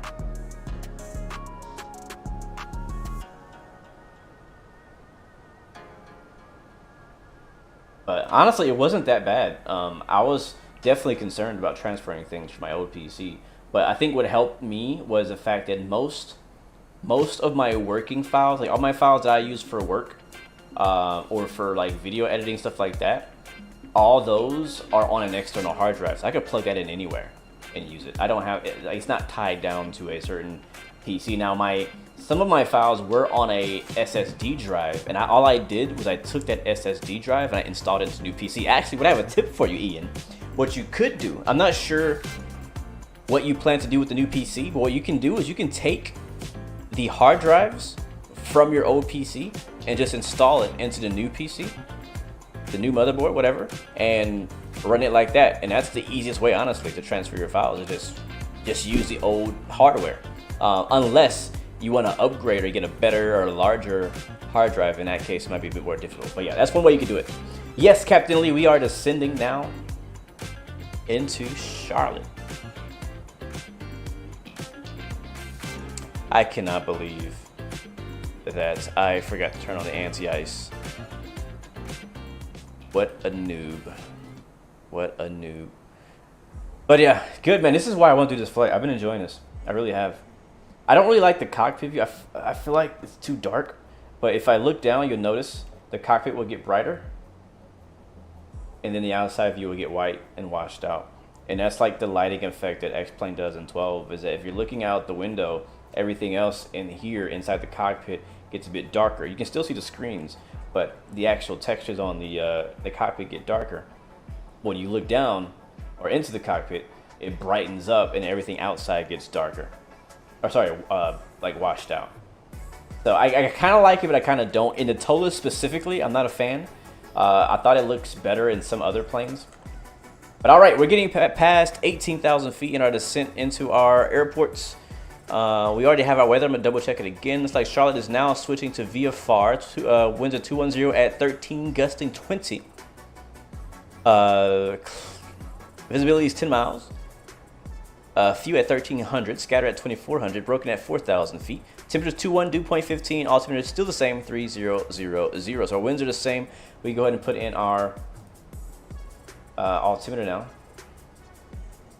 And get ready to land this baby. Passing 14,000 feet as we speak. For some reason, you can't activate your approach mode. Huh. Do you have an approach put into your MCDU? No gear. Sweet, sweet, man. I've been looking forward to that. I'll be tuning into that. I'm really glad, Lee, that you're getting back into streaming, man. It'd be good. I always tell people, man, there's plenty of room for more people to do live streaming. In the beginning, don't focus on numbers. Just focus on creating good content and enjoying what you're doing. Because if you're not enjoying what you're doing, people will see through it. They'll notice it. They'll be like, yeah, he's just kind of, you know what I mean? Like, if you're enthused about something, you don't have to be like yelling, like, yeah, things are so, if that's not you, don't do that, right? Be yourself, and just enjoy what you do. And, obviously try to be unique as well, but be yourself. I know it's kind of like contradicting, like be yourself but be unique. Yourself is unique. You are your own person, and you do everything differently than everybody else does. You know what I mean? So do it your way. And eventually, hopefully you'll catch on. All right, we're looking good so far. So far, so good. No gear, I was mentioning, so right here under destination, so I have 18 left selected. Let me click on it. There we go. Arrival. Parker 3 arrival, wheel in transition, Cavi via ILS 18 left. So when this is put in, ILS 18 left, it should automatically put in our radio navigation here. So now our frequency is 110.35. I'm going to double check, make sure that is the correct one. And that is correct. So the ILS localizer frequency is 110.35 and the CRS is 183. It's off by a point here, but I don't think I can change that. I'm not sure, but it should be fine. Decision height is 1002. Airport elevation is 748. And that's all fine. And then once we get close to the ground, I'll set approach mode on. It's too early to do it now. All right, here comes 10,000 feet. Landing lights all coming on.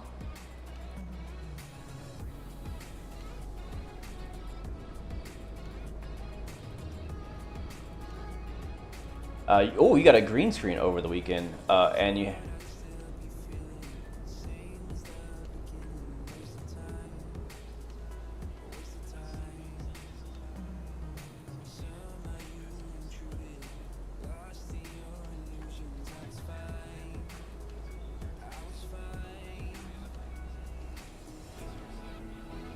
Sweet.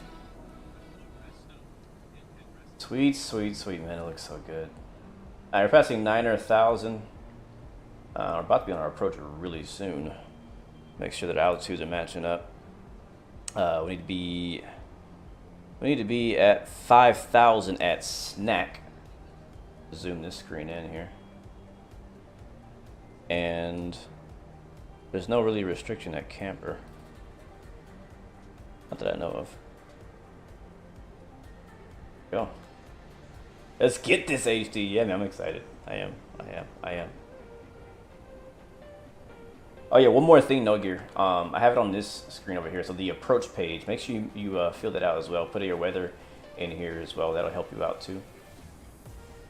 You know, you guys in chat could probably help me out. I never actually know when to turn on the approach phase. Like, when is the correct time to turn on the approach phase? Let me know in the chat, because I've never actually understood when to turn. I personally never turn it on. I just leave it. Just leave it. I let it be. Aviation Central, welcome to the stream, man. I hope you're doing well. Good to see you. Welcome back. We do have a 32 knot gust, so we're definitely gonna have our work cut out for us. But I'm gonna do my best to put her down softly and not float it. And hey, if I'm not happy with it, we will go around.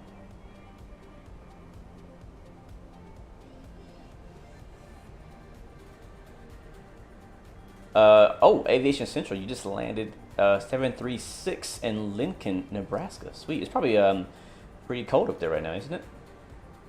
Once you've captured the glide slope and localizer, we believe. When I want managed speed to follow the flap position. Ah, that actually makes more sense to me. Or once vector. Why did I get 5 different answers? They're all kind of like in sync.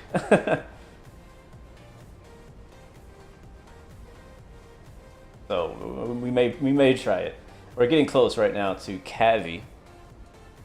Just gonna double check again. We're on the slope. I so often, this is the most, turn the music off. This is the most tricky portion of a flight for me, is right before you approach.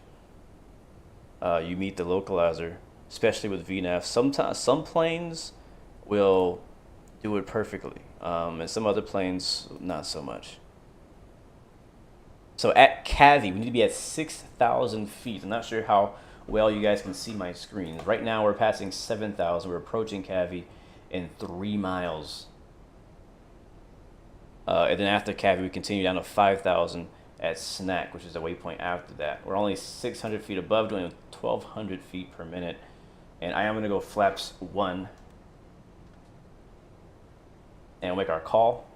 How far out are we from the airport? About 10 miles? Yeah, no? 15. Yeah, 15 miles.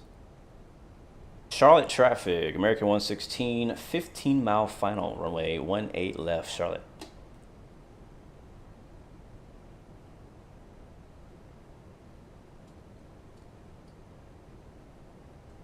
All right, let's get the sound back up and get focused on landing this plane. If I'm not as responsive in the chat, I do apologize. All right, landing lights are on. Turn off lights on, wing lights on, all that looks good. Overhead looks good. Seatbelt signs on. We'll do a quick address to the cabin.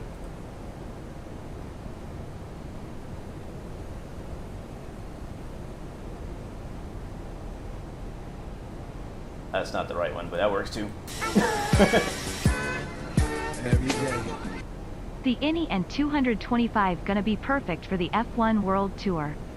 Yes, you're right. You're right. It is. All right, auto brakes, gonna set that to medium. Hopefully we don't need spoilers, so we'll go and arm those. We are just about 10 miles out. And I feel like this is a good time to do our activate approach mode. Wait. How do I activate it? I forgot. I think it's already active. Alright, approach mode, armed. Alright, there it is. We've captured the localizer. And we should be capping the glide slope soon also. And we're gonna go to the next notch flaps. Ooh, we're right on the line there. I'll manage my speed myself. Bring it down.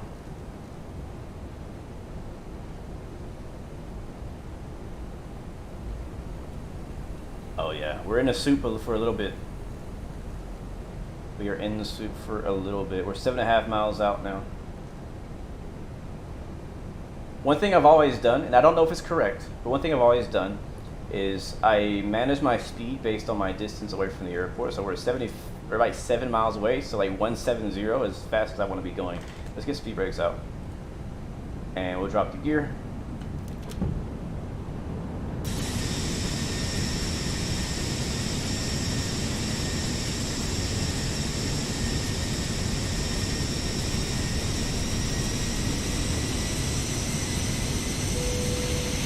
Last question I can take before we land. Any tips on how to gain a better audience for flight sim while streaming? My personal recommendation is don't just stream, also make videos. That will help. It is possible.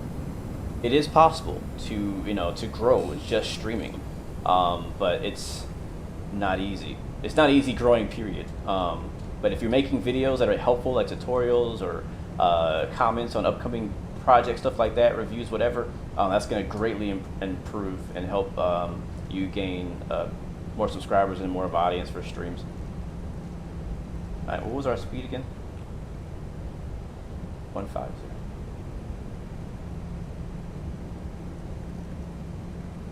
All right, here we go, guys. Flaps are down. Gear is down and indicating 3 green. Auto brakes are set for short final. Charlotte traffic, American 116 now short final way, 18 left, Charlotte. 100 above. Alright, it's arm no spoilers. I had to use them. Continue.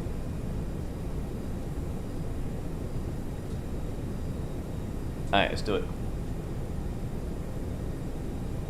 I got eyes. You should, Lee, you should totally make a scenery development tutorial. There is not enough of those, and all the ones that do exist are out of freaking date.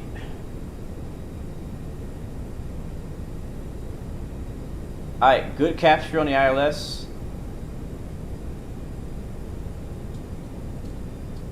Two miles out. Charlotte traffic, American 116, short final runway, 18 left. Charlotte. Alright, take over. My aircraft.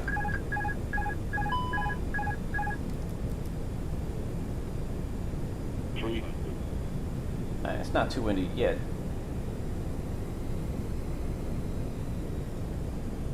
Alright, drop in your predictions.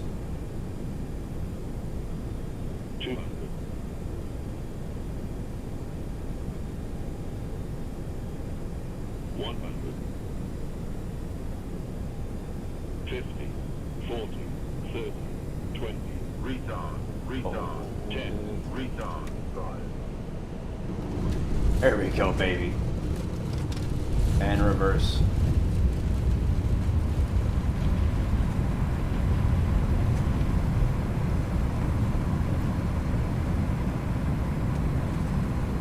Alright, where are we going with this? Exit to the right. Oh, baby.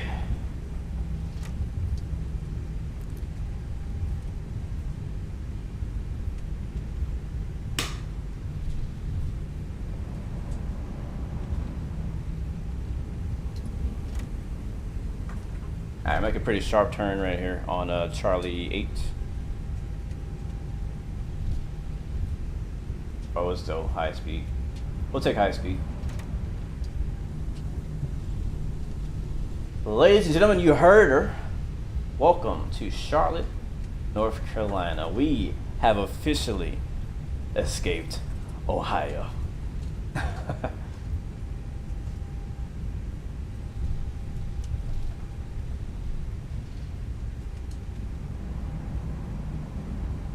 so glad to be out of Ohio. I really am. I never thought this day would come. All right, brake fan's on. I wonder if we can hear the brake fan. See if we can hear the brake fan. Yeah, you can. You can hear it. Yep. So you hear that high-pitched whine? It's not there right now, right? And then I go back to brake fan on. You hear a wah. That's the brake fans. They're very loud. Very loud. All right, let's go ahead and reset all this stuff. Flaps up.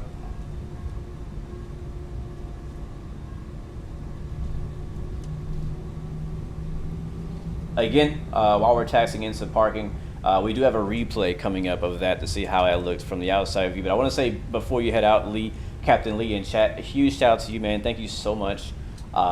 Honestly, this stream was in a way made possible by you. I mean, we originally came out to Toledo to check out your new freeware scenery, and was not successful on the first 7 tries. But then today you came in clutch with the update with all the weathering effects, and it was so nice. So nice. So again, guys, give him some love and check out his scenery over. He has a bunch of scenery from Buffalo, Toledo, a bunch of places on flightsim.to and on the X-Plane forums.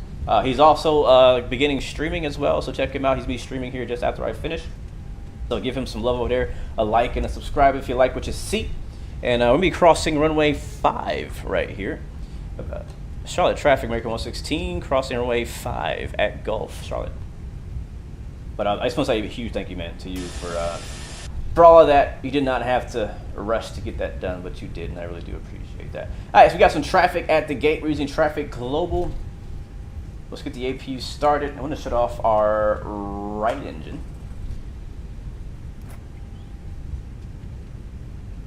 And find us an open spot. Oh, I forgot that track IR was on. Let's go. What's the guy over there? There's a spot next to that 767. We'll go that way. Alright, so the right engine is off.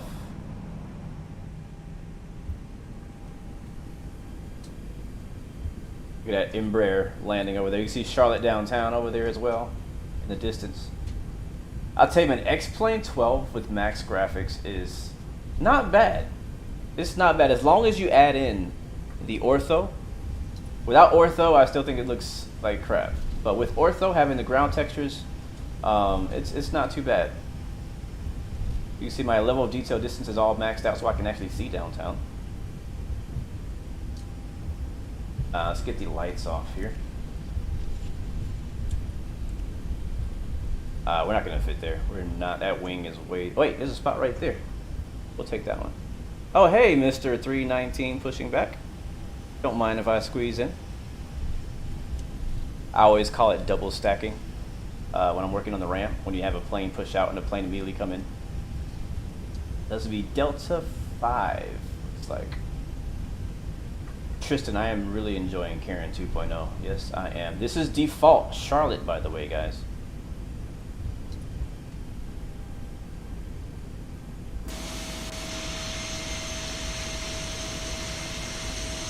Come on, get in that center line. Get in that line. That's good right there. Once again, guys, welcome to Charlotte's.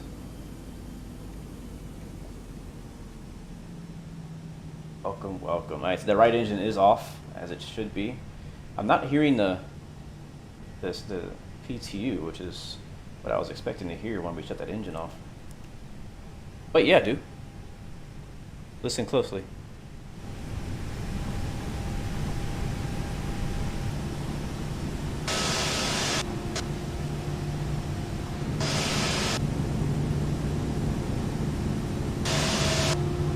Never mind, I don't hear it.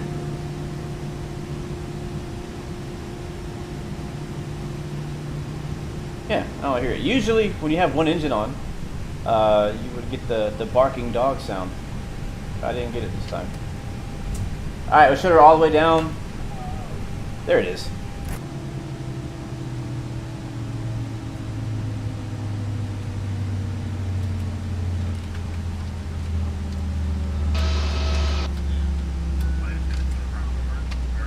We did it. We did it. We got out of Ohio. Bless the guy. Welcome to the stream, man. Good to see you.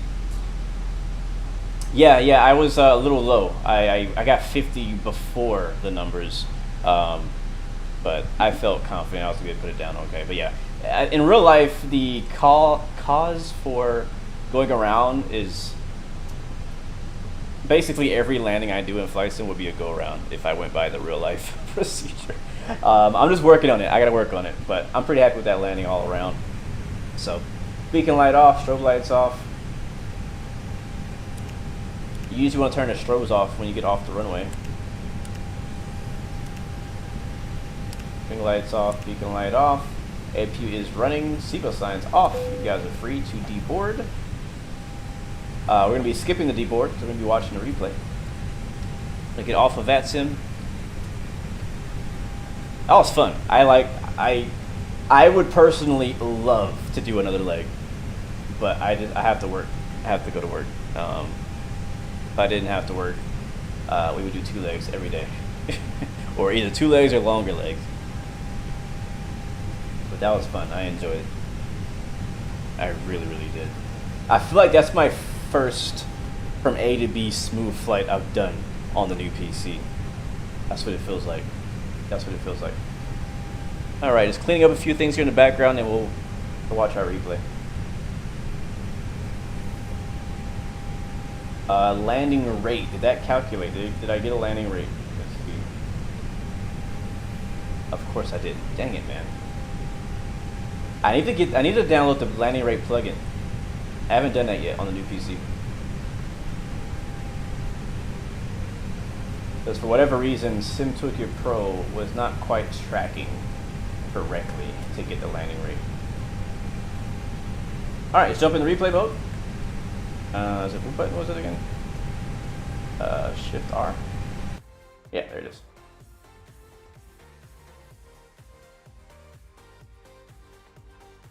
All right, here we are on final.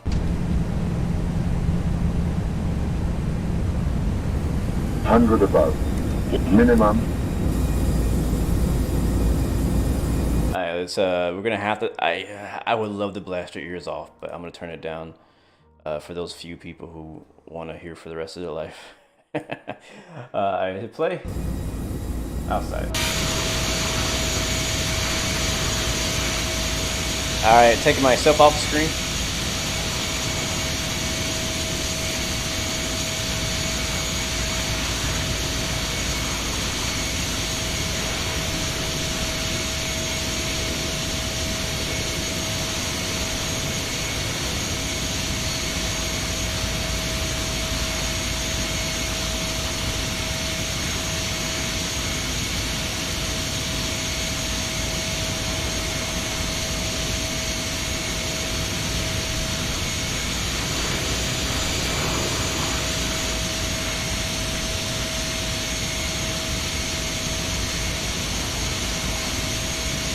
All right, here we go.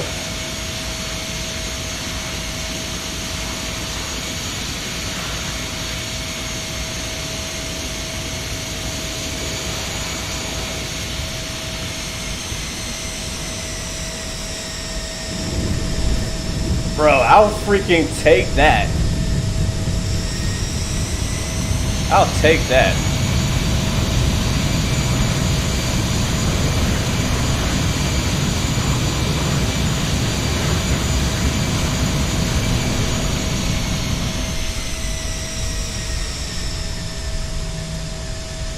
Apparently, it's a bit wet on the runway, so we're getting those weird effects.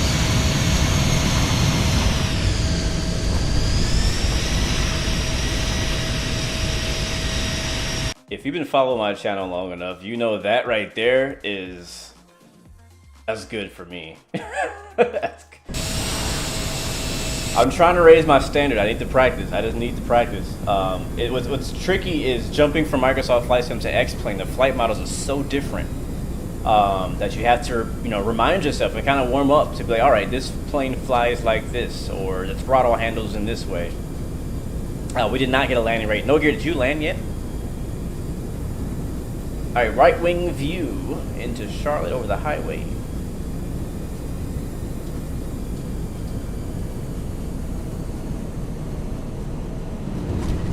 And that is what butter looks like right there.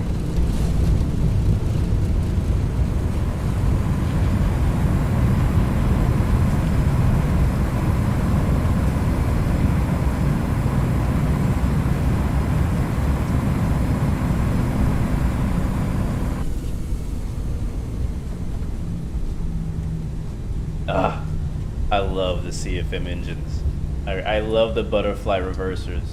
It's just so cool. It's just so cool. Alright, let's wind it back. We'll get another wing view. And we'll finish it off with the outside view.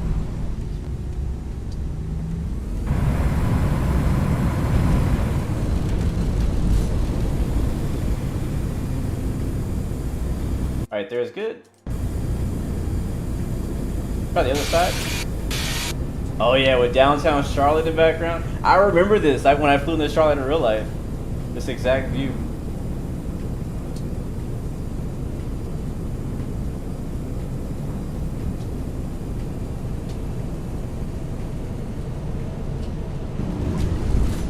Oh, that is sexy. Oh my gosh.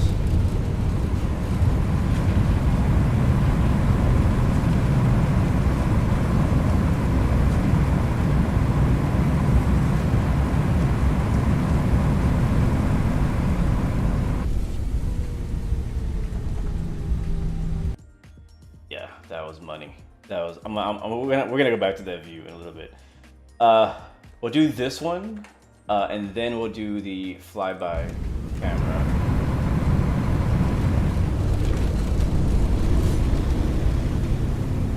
Right there is it.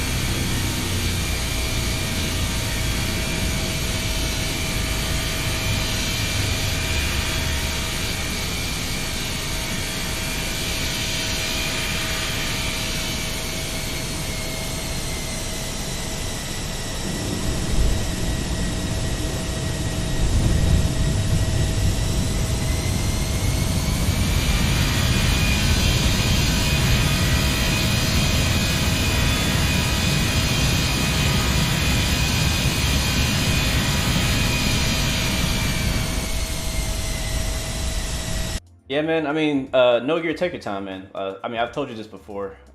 Just learn step by step. It's quite a big learning curve. Let's go outside. It's a big learning curve, learning how to fly a complex aircraft. It really is. And I mean, this is your first complex aircraft you're learning.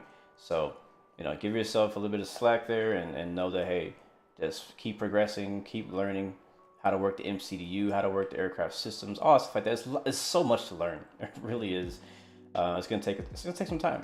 So if you're new to flight sim, new to aviation, and you're learning to fly a plane on Microsoft Flight Sim or X-Plane, it's gonna take you some time to get it.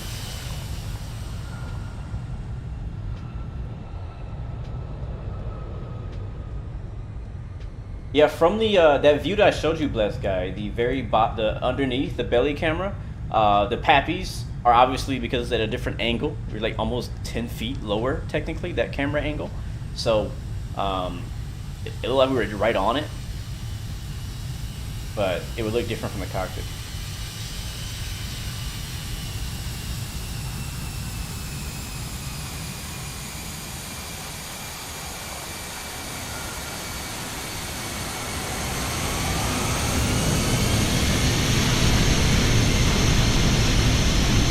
Bro, HD.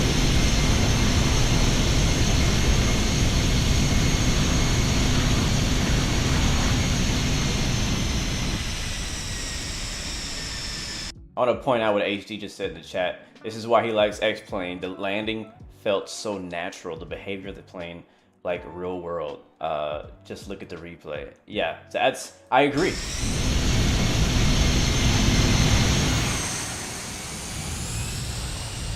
I agree. Like when you watch the landing and the way the suspension retracts and the way that the wings flex and the way the whole aircraft reacts to touching down in X-Plane specifically, just looks so right and natural. And that's one thing I do definitely commend X-Plane on. Matter of fact, we'll watch it. Oh, don't freeze! Don't you dare! Don't you dare! Okay, we're good. Watch it a bit closer and just pay close attention to details. The gear suspension, the wing flex, the way the plane sits down on the runway.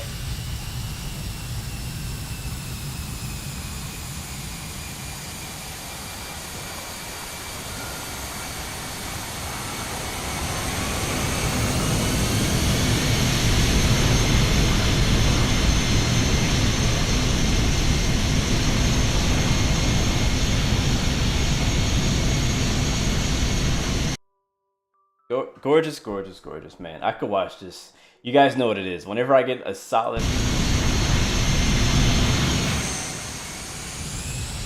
Whenever I get a solid landing, I can't stop watching it.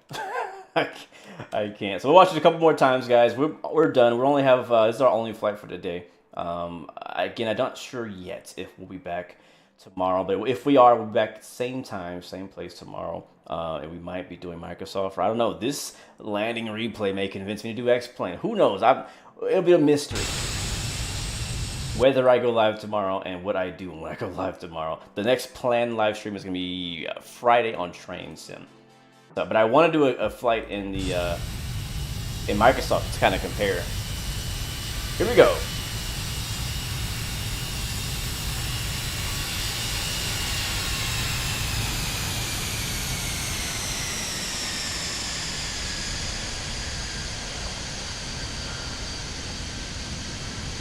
Alright, well guys, as always, thank you so much for supporting the channel. I have definitely been enjoying the new PC, Karen 2.0. As you can see, I'm still getting pretty high FPS in the replay. Zoomed in quite far as well with the long lens. But let me know who's with us in the chat. Give you guys some shout outs before we bounce out.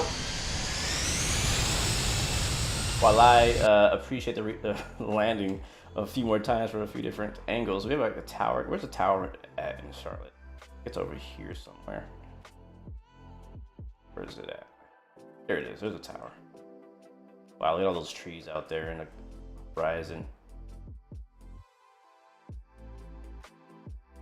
Right, let's watch it from here.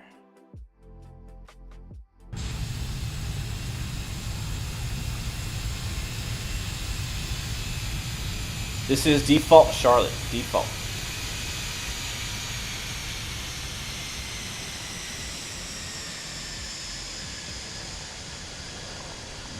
Yeah, like the way the plane, like it's hard to explain, but you see it happening right there. Like the way the plane touches down and it sits on the runway. Like you can actually literally like almost see the energy transfer, which I mean, I don't want to say Microsoft does or doesn't have it, but I think Microsoft's a bit stiffer looking.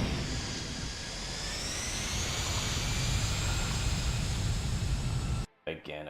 Again. Alright, last time for this view. We'll end it on the next one. Again, jump in chat. Let me know you're watching. I'll give you some shouts before we leave today. Thanks so much for hanging out and joining us today on this American Airlines flight from Toledo to Charlotte. Thank you, Captain Lee, for all the help you've done for the new scenery pack. It's been amazing. Again, if you're wondering, this is the Toliss A321 with the Carta Jawal engine mod and the BSS sound pack. This is default Charlotte. All of my PC specs are down in the description. If you're interested in that, I have just posted last week a video of me building a PC, my very first time building a PC. I posted that just this past week, so tune in to check that out. Also, stay tuned for a brand new episode of the Blue Experience, or a snippet of the Blue Experience, coming out later today. Working on, I've already rendered it. I just got to upload the thumbnail, and that's going to be up like real soon. So check that out. It's going to be a really interesting discussion on the new 757 from Bluebird. Look at that, Charlotte in the distance. Hopefully you guys enjoyed the ride. Thank you, Greg. And I think that's it.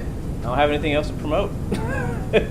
There's still discounts down in the description for Thrustmaster, so take advantage of those before they expire. Get 15% off Thrustmaster stuff. Today we flew in the TCA. Thanks HelloFresh as well. I don't think I have a link for that, but let me know if you're interested in getting some 22 free meals. Oh, I love this view. I love it so much.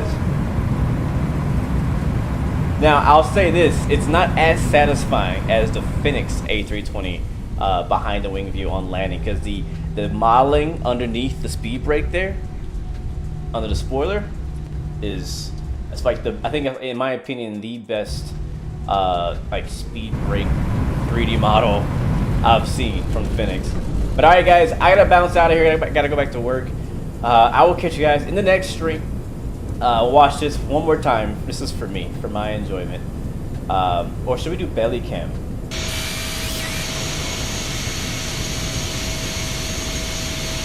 Yeah, belly cam. Alright, until next time. Remember, you guys, 3 choices. Give up, give in, give it all you got. Peace, loving, God bless you. I'll see you guys next time, next video. I'm out. See ya.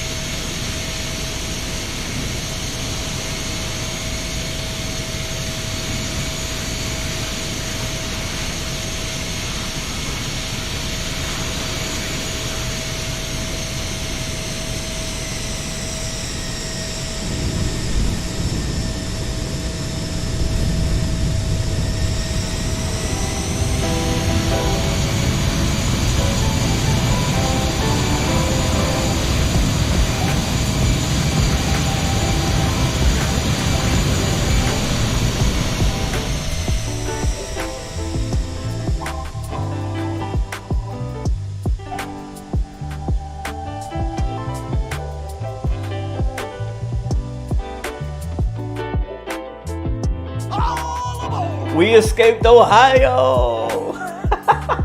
Finally! Oh my gosh.